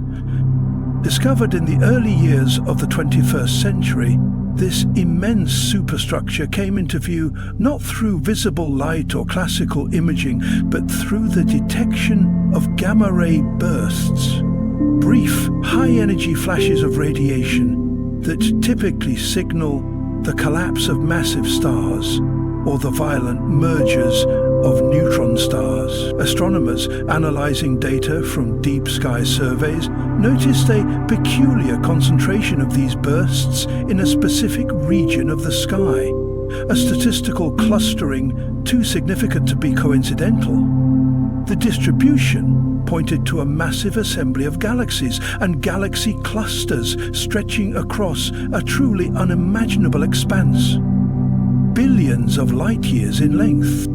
The Hercules Corona Borealis Great Wall spans a region of sky that connects the constellations of Hercules and Corona Borealis, hence its name. The dimensions of this structure are staggering, over 10 billion light-years across at its greatest extent. To put this in context, our entire Milky Way galaxy is roughly 100,000 light-years in diameter. The Great Wall dwarfs not only our galaxy, but entire supercluster of galaxies, swallowing them like islands in a galactic ocean. It is not a wall in the traditional sense, but rather a vast web of gravitationally associated matter. Galaxies, dark matter, intergalactic gas, all interconnected in a filamentary structure that traces the skeleton of the cosmos. This raises a profound problem. According to the cosmological principle, the foundational idea in modern astrophysics that the universe is homogeneous and isotropic at sufficiently large scales, structures larger than about 1 billion light-years should not exist. The Hercules Corona Borealis Great Wall breaks that rule. It defies the expected limits of cosmic structure formation, posing a direct challenge to prevailing models of the early universe and the evolution of large-scale structure. If such a massive complex exists, how did it form within the age of the universe, and what unknown mechanisms might have guided its growth? Some scientists suggest that the wall could be a projection effect, or perhaps several smaller structures merely aligned along our line of sight. But deeper studies, cross-examined across wavelengths and time, continue to strengthen the case for its authenticity. If confirmed, the Hercules Corona Borealis Great Wall forces us to reimagine how matter organizes itself on the grandest scales. It may imply that the early universe had greater density fluctuations than our current models account for, or that gravitational clustering is more efficient across cosmic timescales than previously thought. This structure is part of a broader cosmic web, a vast interconnected lattice of filaments, voids, and nodes that define the very texture of the universe. Galaxies are not sprinkled evenly across space. Instead, they are found in thread-like formations, with vast empty regions in between. These threads converge in knots, known as galaxy clusters, and the clusters themselves connect into larger assemblies called superclusters. The Great Wall may be the most extreme example of this arrangement, a kind of cosmic superhighway. where gravity has drawn together matter over distances that stagger the imagination. But the Great Wall is not just about scale. It also forces us to confront questions about the nature of the universe itself. If our cosmological assumptions are incorrect, what else might we be missing? Could there be even larger structures beyond our observational horizon? Or is the universe not as uniform as we once believed? The possibility that the cosmos harbors such immense, coherent formations adds fuel to discussions about anisotropies in the cosmic microwave background, alternative models of inflation, and even multiverse theories. Moreover, the Hercules Corona Borealis Great Wall reveals the extraordinary power of invisible forces in shaping the visible universe. Dark matter, unseen but gravitationally dominant, likely forms the backbone of this superstructure. Though we cannot see it directly, its influence is everywhere, guiding the motion of galaxies and sculpting the very architecture of space. In this way, the Great Wall becomes not only a structure of light and matter, but also a monument to the unseen, a cosmic fingerprint left by forces we still struggle to define. Even our ability to detect such a structure is a triumph of human ingenuity. The technology required to observe gamma-ray bursts across billions of light years, to map their distribution, and to infer the existence of such a structure is itself the result of generations of scientific progress. From orbiting observatories to global data-sharing networks, the discovery of the Great Wall is a testament to how far humanity has reached into the deep night of space. And yet, as vast as it is, the Hercules Corona Borealis Great Wall may not be the final frontier of cosmic structure. As our instruments improve and our theories evolve, we may discover other megastructures, richer webs, longer filaments, deeper voids, stretching across space like neural pathways in a cosmic mind. And that idea, strange and poetic as it sounds, leads us to our next domain of wonder. For if the large-scale structure of the universe resembles a neural network, if it operates like an interconnected web, then it invites an even more profound question. Could the universe itself be conscious? Or does it possess some deeper logic that echoes the patterns of thought, memory, and awareness? As we journey forward into Outline 13, we shall confront the enigmatic frontier of cosmic consciousness, where physics meets philosophy, and where science begins to question the nature of perception, sentience, and the very architecture of reality itself. Starburst galaxies, galaxies on fire. From the colossal stillness of the Hercules Corona Borealis Great Wall, where cosmic architecture unfolds on a scale that mocks our sense of proportion, we now plunge back into more intimate, but no less dramatic, arenas of galactic life. If the Great Wall revealed the structure of the universe in skeletal form, then starburst galaxies represent its beating heart. Galaxies in a phase of violent, feverish transformation, igniting stars at a rate so furious that their entire evolutionary trajectory is altered. These are galaxies on fire, not with literal flames, but with the incandescent heat of explosive creation. A starburst galaxy is a galaxy caught in the throes of intense star formation, producing new stars at rates that can be dozens or even hundreds of times higher than those of ordinary galaxies. This frenzy of stellar birth is not a steady process, but a dramatic episode, a relatively short-lived surge in activity, often triggered by a specific catalyst.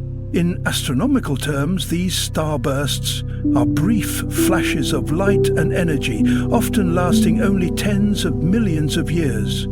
A blink of time compared to a galaxy's total lifespan. which typically stretches across billions of years. The triggers for starburst phases are as varied as they are violent. Galactic collisions, tidal interactions, and even internal gravitational instabilities can funnel vast quantities of cold gas into the central regions of a galaxy, collapsing it under its own weight. When this gas compresses rapidly, it creates the perfect conditions for star formation on a massive scale. Shock waves from previous supernovae, spiral density waves, or the gravitational tug of a passing satellite galaxy can all act as catalysts. The result is a firestorm of stellar birth, an astronomical version of a population explosion, where thousands of stars are born every year in tightly packed regions. One of the most studied starburst galaxies is Messier 82, also known as the Cigar Galaxy. Located in the constellation Ursa Major, it has become a cosmic laboratory for understanding the mechanics of starbursts. At its core, Messier 82 churns out stars at such an accelerated pace that its central regions glow with radiation, wind, and heat. Observations have revealed superwinds, enormous outflows of gas, driven by the combined energy of young stars, stellar winds, and supernovae blasting material out into intergalactic space.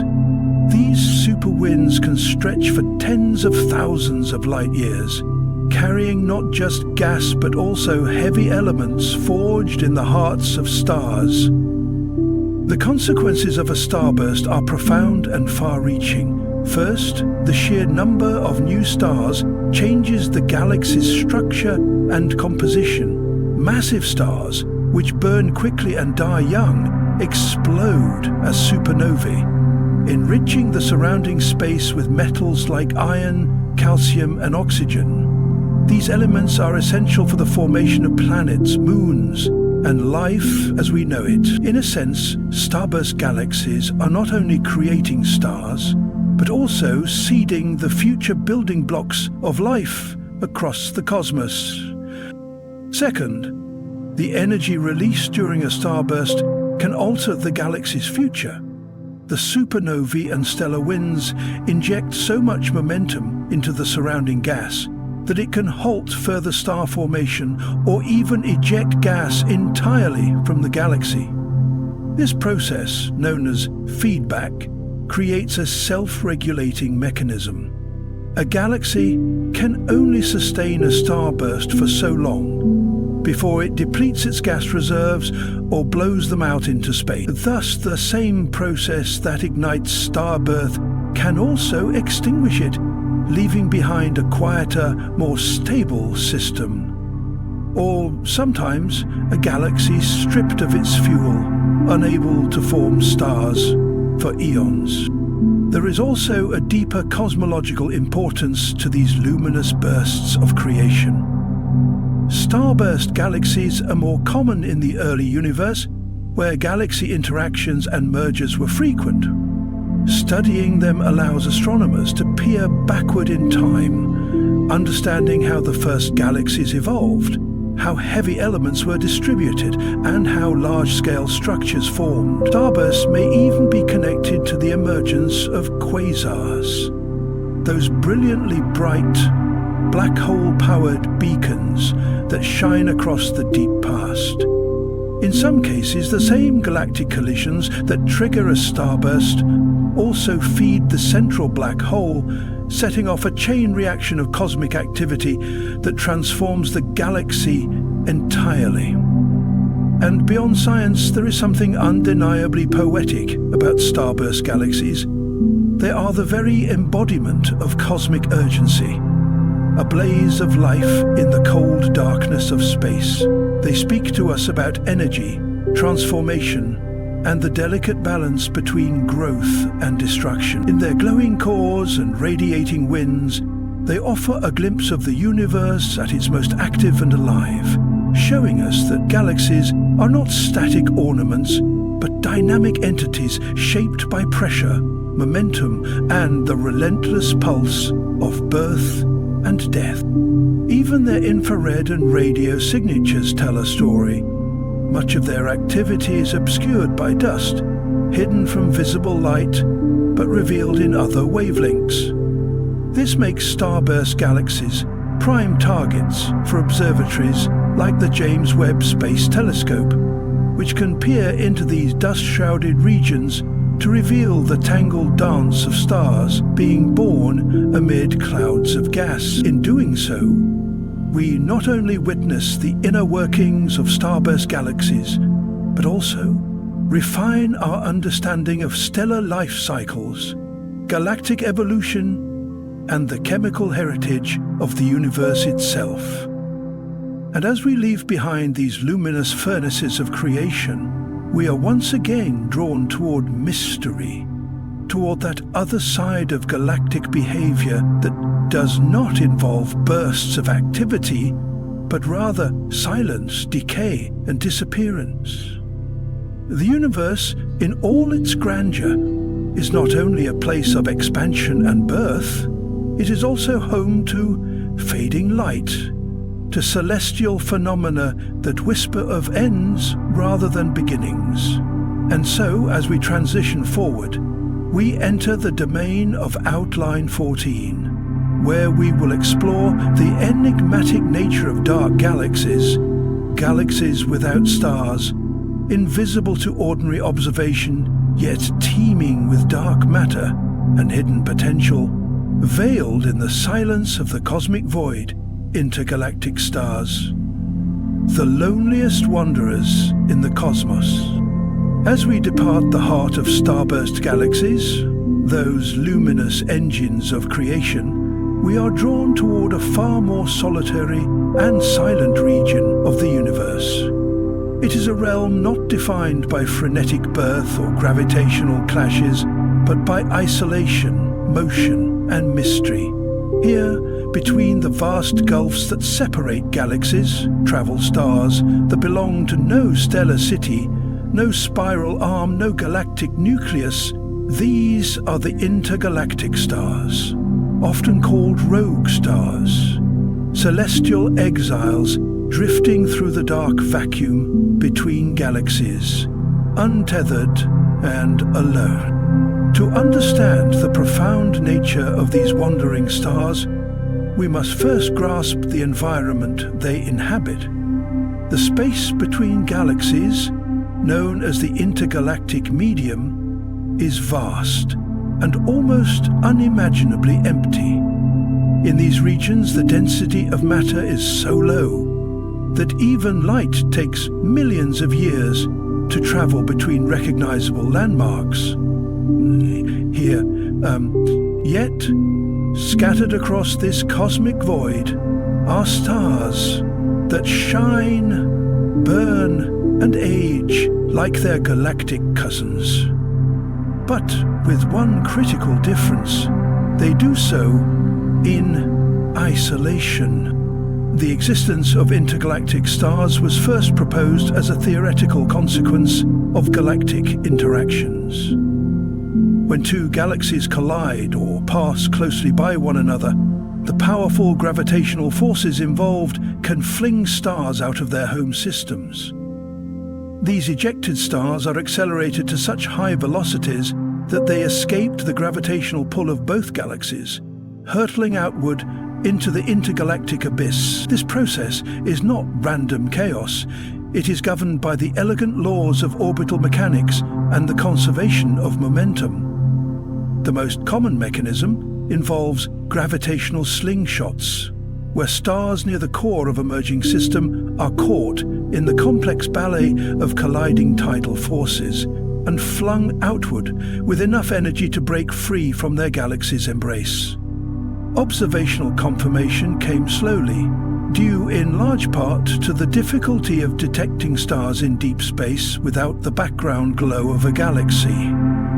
But with the advancement of deep field telescopes and instruments sensitive to faint light sources, astronomers began to identify luminous points floating between galaxies in clusters like Virgo and Coma. These stars, many of them red giants and supergiants, were too far from any galaxy to be bound to one, and their spatial distribution made clear that they were not mere statistical outliers. Instead, they represented a population of stars that had been torn from their homes and scattered across the intergalactic medium. The implications of these stars extend far beyond their unusual positions. Intergalactic stars act as tracers, natural probes that help map the gravitational and structural dynamics of galaxy clusters. Their distribution can reveal the history of past mergers, the mass distribution of dark matter halos, and the violent processes that have shaped the architecture of the universe. They are, in a sense, the fossils of cosmic violence, silent witnesses to events that unfolded over billions of years. Moreover, these stars challenge our understanding of stellar evolution in isolated environments. Most stars live within galaxies, where interstellar gas, magnetic fields, and stellar neighbors influence their formation, movement, and eventual death. But intergalactic stars exist largely without these interactions. They are solitary in the truest sense, evolving without the feedback mechanisms that govern galactic stellar populations. This isolation could lead to subtle differences in their lifespans, rotation rates, or end-of-life behavior, differences that are still being studied and debated by astrophysicists. Some of these rogue stars are hypervelocity stars, traveling at speeds so extreme that they were likely ejected not just by merging galaxies, but by interactions with supermassive black holes. When a binary star system strays too close to such a black hole, tidal forces can rip it apart, flinging one star into intergalactic space while the other is devoured. These events produce some of the fastest objects in the universe and demonstrate the raw, destructive power of galactic core. Even more intriguing is the possibility that some intergalactic stars carry with them planetary systems, entire solar systems cast adrift in the cold dark. These potential rogue planets, orbiting stars far from any galaxy, might harbor moons, atmospheres, or even the elemental ingredients of life, all while flying through a universe that offers no nearby suns, no galactic context, and no celestial neighborhood. While purely speculative for now, the existence of such orphaned worlds poses deep philosophical questions about life's resilience and its possible emergence in environments we have barely begun to understand. Intergalactic stars also hint at the broader fate of galaxies and cosmic evolution. As galaxies merge and evolve, as stars are ejected and redistributed, the boundaries between what we call a galaxy and what lies outside it become blurred. Over cosmic timescales, stars leaking from galactic halos could form vast intergalactic stellar bridges, or clouds, challenging our definitions of structure and membership in the universe. The line between galaxy and intergalactic space is more porous than once believed. These lonely travelers, though few compared to the vast populations housed within galaxies, carry with them the stories of upheaval, acceleration, and exile.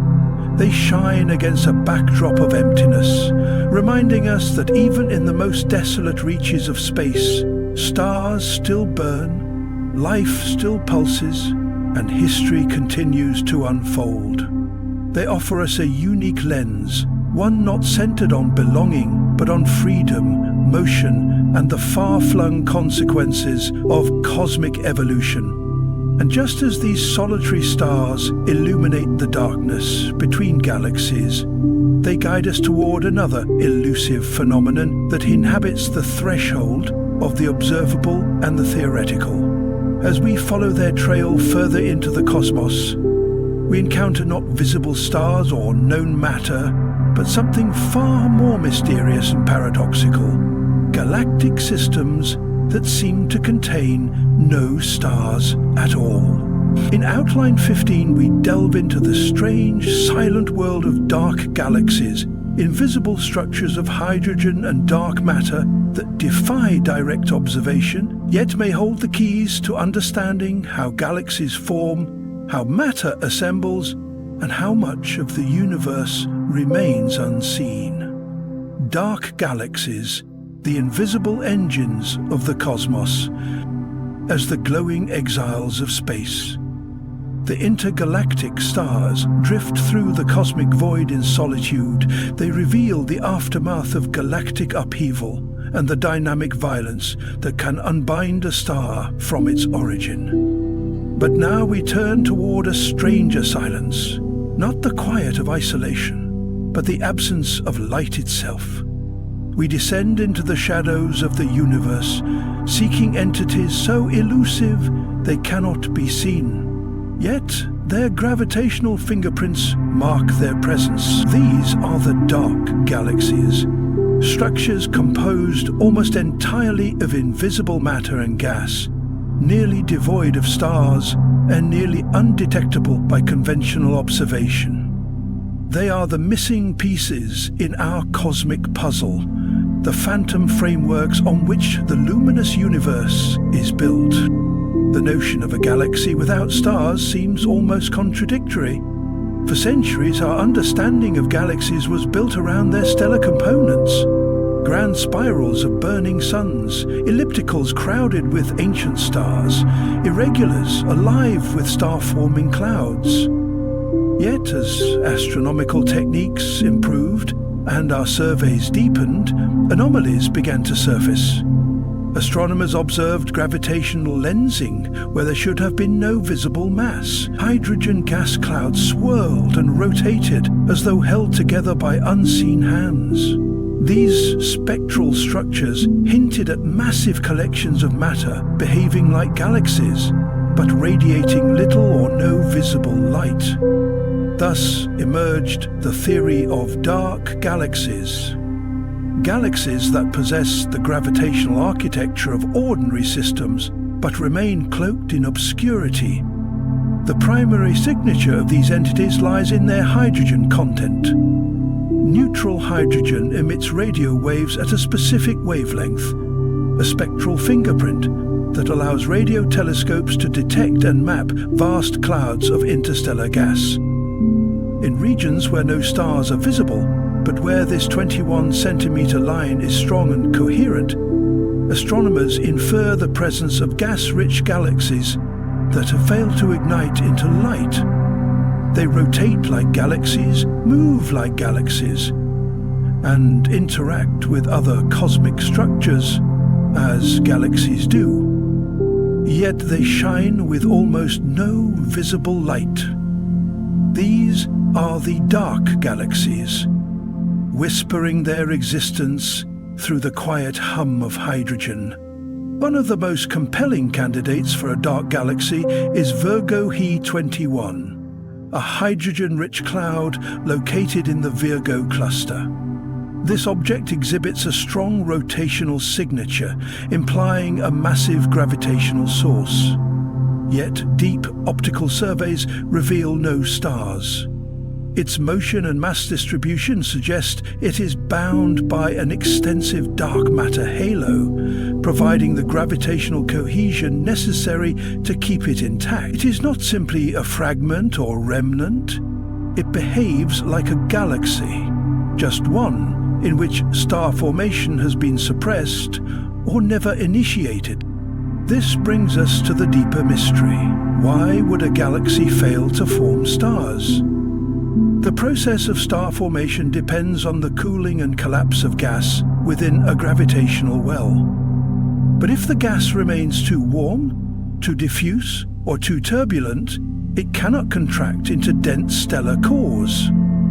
Feedback mechanisms from nearby galaxies, cosmic reionization in the early universe, or even internal gravitational instability could prevent star formation from taking hold. In this scenario, the dark galaxy becomes a kind of frozen potential, a massive reservoir of raw material that never crosses the threshold into illumination.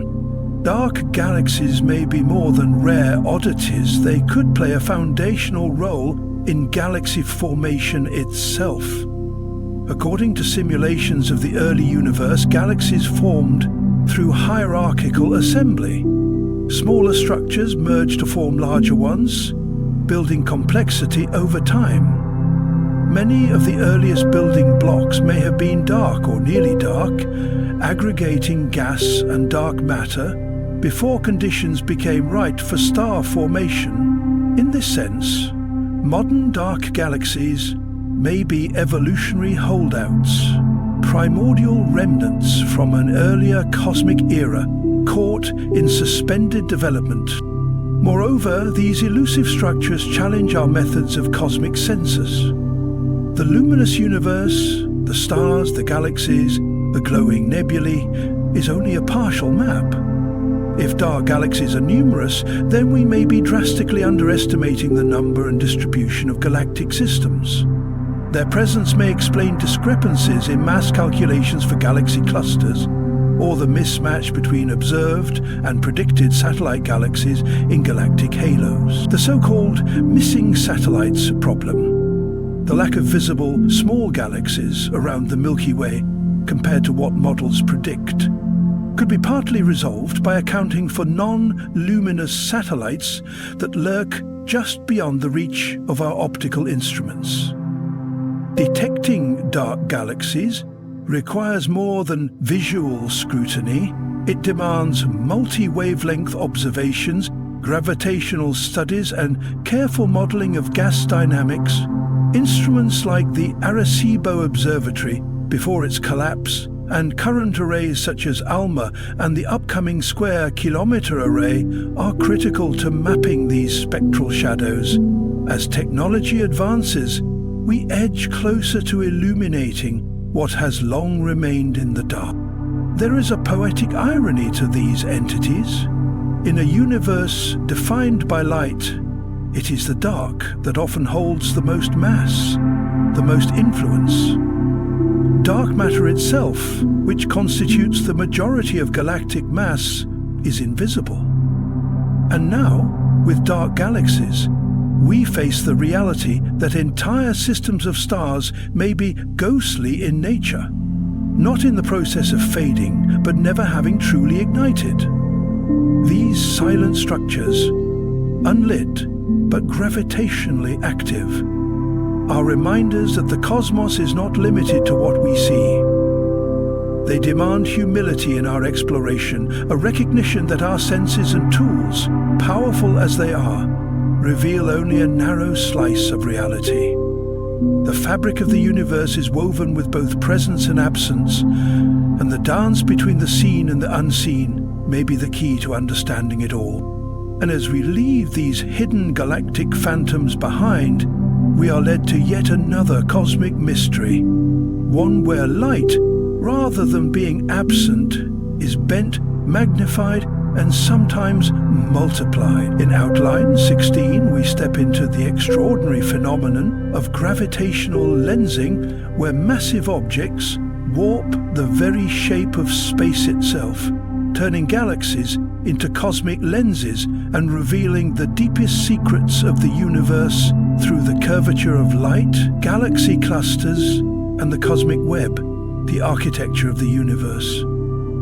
Emerging from the veiled domain of dark galaxies, those elusive, lightless scaffolds of cosmic evolution, we are now drawn outward into the grand design that holds the entire universe together, where dark galaxies represent the hidden microstructures of the cosmos, galaxy clusters and the cosmic web define its overarching form. This is the vast and dynamic framework upon which all matter, light and movement are suspended. It is a structure that does not merely house galaxies, it organizes them, sculpts their motion, and dictates the paths of energy and time itself. Galaxy clusters are the largest gravitationally bound systems in the universe. They are not mere groupings of a few galaxies drifting near one another, but enormous congregations.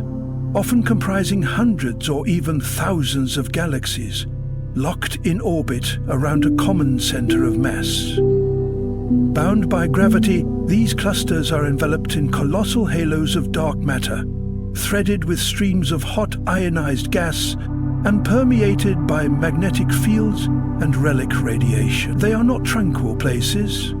Within them, galaxies crash, merge, and strip one another of gas. These clusters are battlegrounds of evolution, where the past and future of galaxies are written in gravitational dynamics. Each galaxy within a cluster is like a single spark in a roaring bonfire. Some glide quietly through the intracluster medium, while others interact violently, distorted by tides and ram pressure, triggering bursts of star formation or extinguishing it entirely. The environment of a cluster can radically reshape a galaxy's fate. It can strip away the cold gas needed for star formation, turning spirals into ellipticals and quenching galactic youth in favor of ancient starlight. The physics at play within clusters is governed not just by gravity, but by the interplay of radiation, shockwaves, plasma turbulence, and dark matter flows. These vast regions are the laboratories of cosmic behavior. Yet even these massive clusters are not isolated. They are connected to one another through a deeper, more intricate structure, the cosmic web. This is the true shape of the universe, invisible to the naked eye, yet revealed through careful observation of galaxy distribution, gravitational lensing, and the behavior of intergalactic gas. The cosmic web is a filamentary network, a vast mesh composed of matter and energy stretching across billions of light years. Along its strands lie galaxies and clusters, while the spaces between, the voids, are eerily empty, almost devoid of galaxies altogether. This web-like structure emerged from the early fluctuations in the density of matter just after the Big Bang. As the universe expanded and cooled, gravity began to amplify these initial imperfections. Dense regions drew in more matter, growing into the filaments we see today.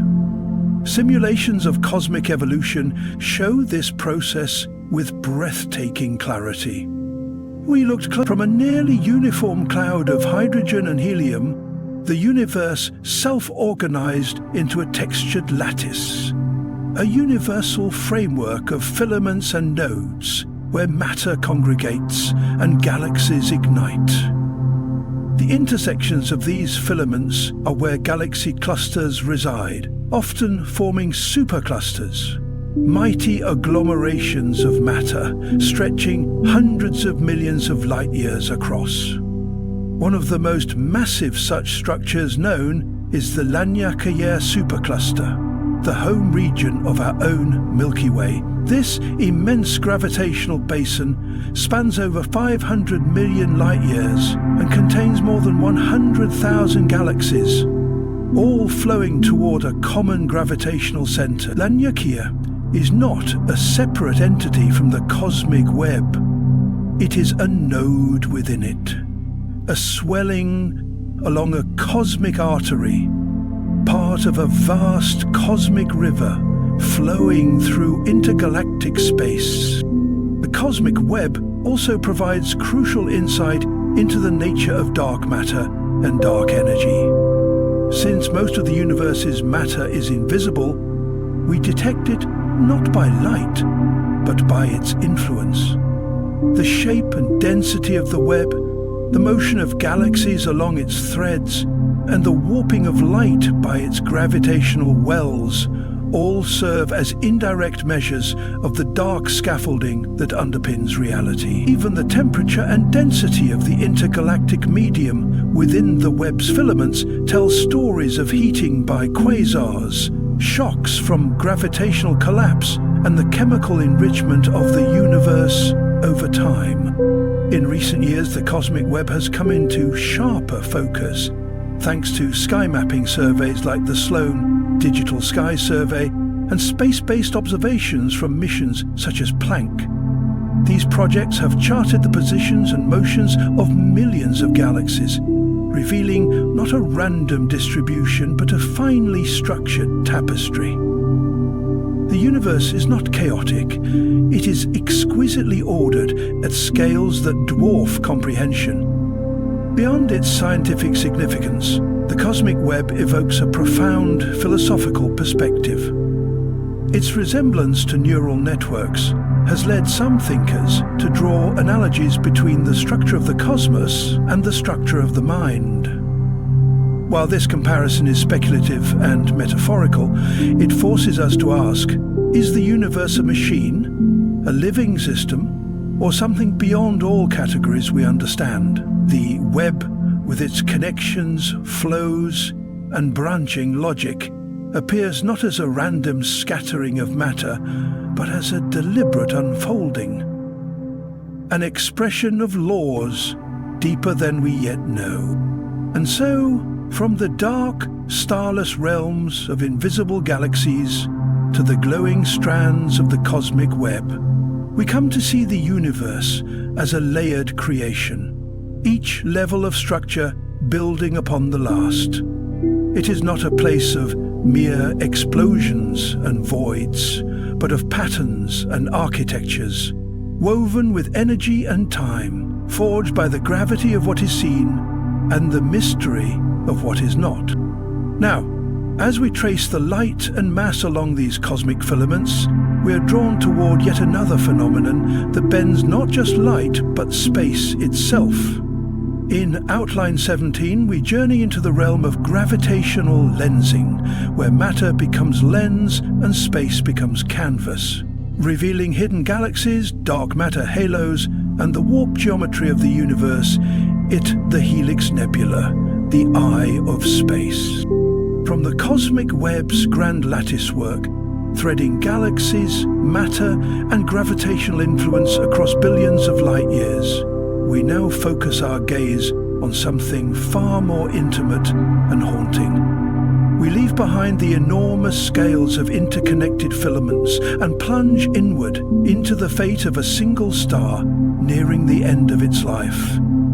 What we find is a structure so delicately beautiful, so eerily symmetrical, that it has been called the Eye of Space. It is the Helix Nebula, a dying star's final exhalation frozen in luminous color, floating in the dark like a celestial iris, staring back at creation itself. Located in the constellation Aquarius, the Helix Nebula is among the closest planetary nebulae to Earth, offering an exquisite view of the stellar death process. But despite its name, a planetary nebula has nothing to do with planets. The term is a relic from early astronomers who, peering through primitive telescopes, saw round, disc-like shapes resembling distant planets. In truth, a planetary nebula represents one of the final stages in the evolution of a medium-sized star, like our own Sun, and the Helix is one of the most well-studied and vivid examples of this cosmic transformation. The story of the Helix Nebula begins with a star that spent billions of years quietly fusing hydrogen into helium, radiating warmth and anchoring a solar system. Over time, as the hydrogen in its core was exhausted, the star grew unstable. Its outer layers expanded, becoming a red giant, and eventually gravity could no longer hold the envelope of gases against the pressure of radiation and stellar winds. The star shed these layers into space, forming expanding shells of gas and dust. What remained at its core was a white dwarf, an Earth-sized, incredibly dense stellar ember emitting intense ultraviolet radiation. That radiation illuminates the surrounding gas, making the Helix Nebula visible. The result is a glowing, multicolored structure shaped by fluid dynamics, magnetic fields, and centuries of stellar winds. The central region glows blue from ionized oxygen, while the outer edges burn red and orange from hydrogen and nitrogen. At the center of this stunning display, the white dwarf glimmers faintly, like the pupil of a ghostly eye.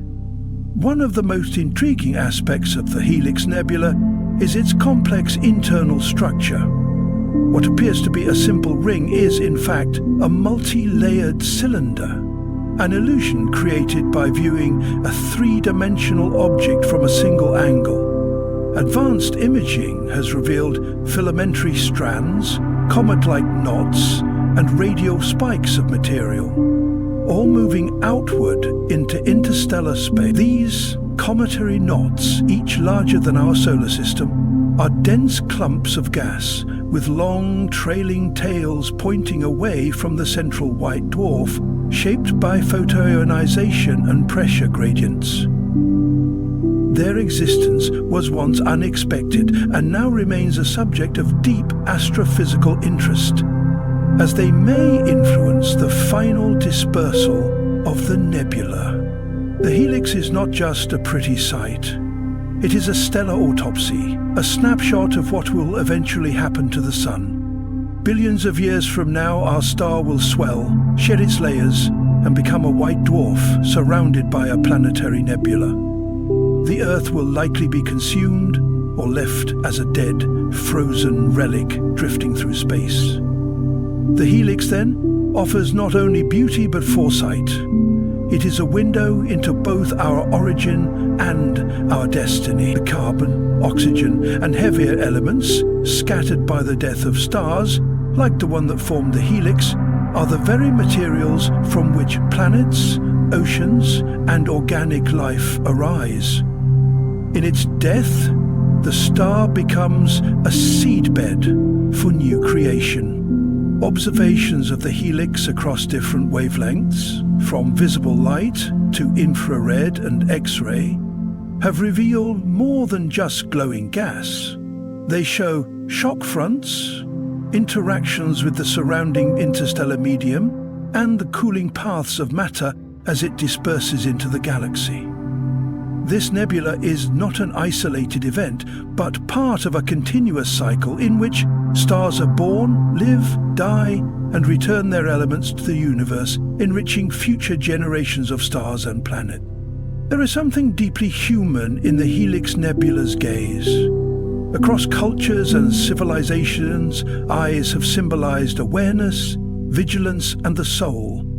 To look upon the helix is to feel observed by the cosmos itself, as if the universe, through its processes of creation and dissolution, bears witness to its own unfolding.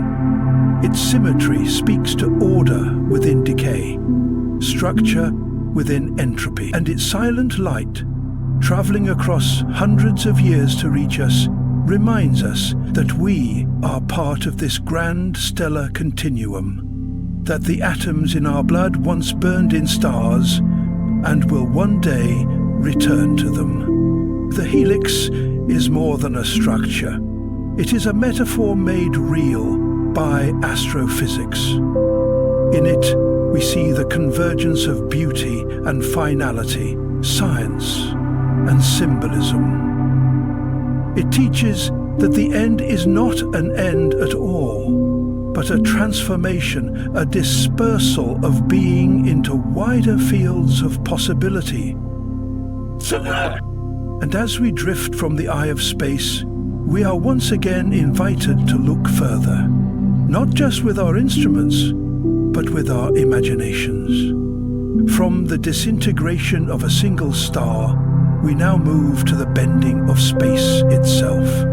In Outline 18, we explore the astonishing realm of gravitational lensing, where gravity becomes not just a force, but a lens that reshapes light and behind the veil of distance and time.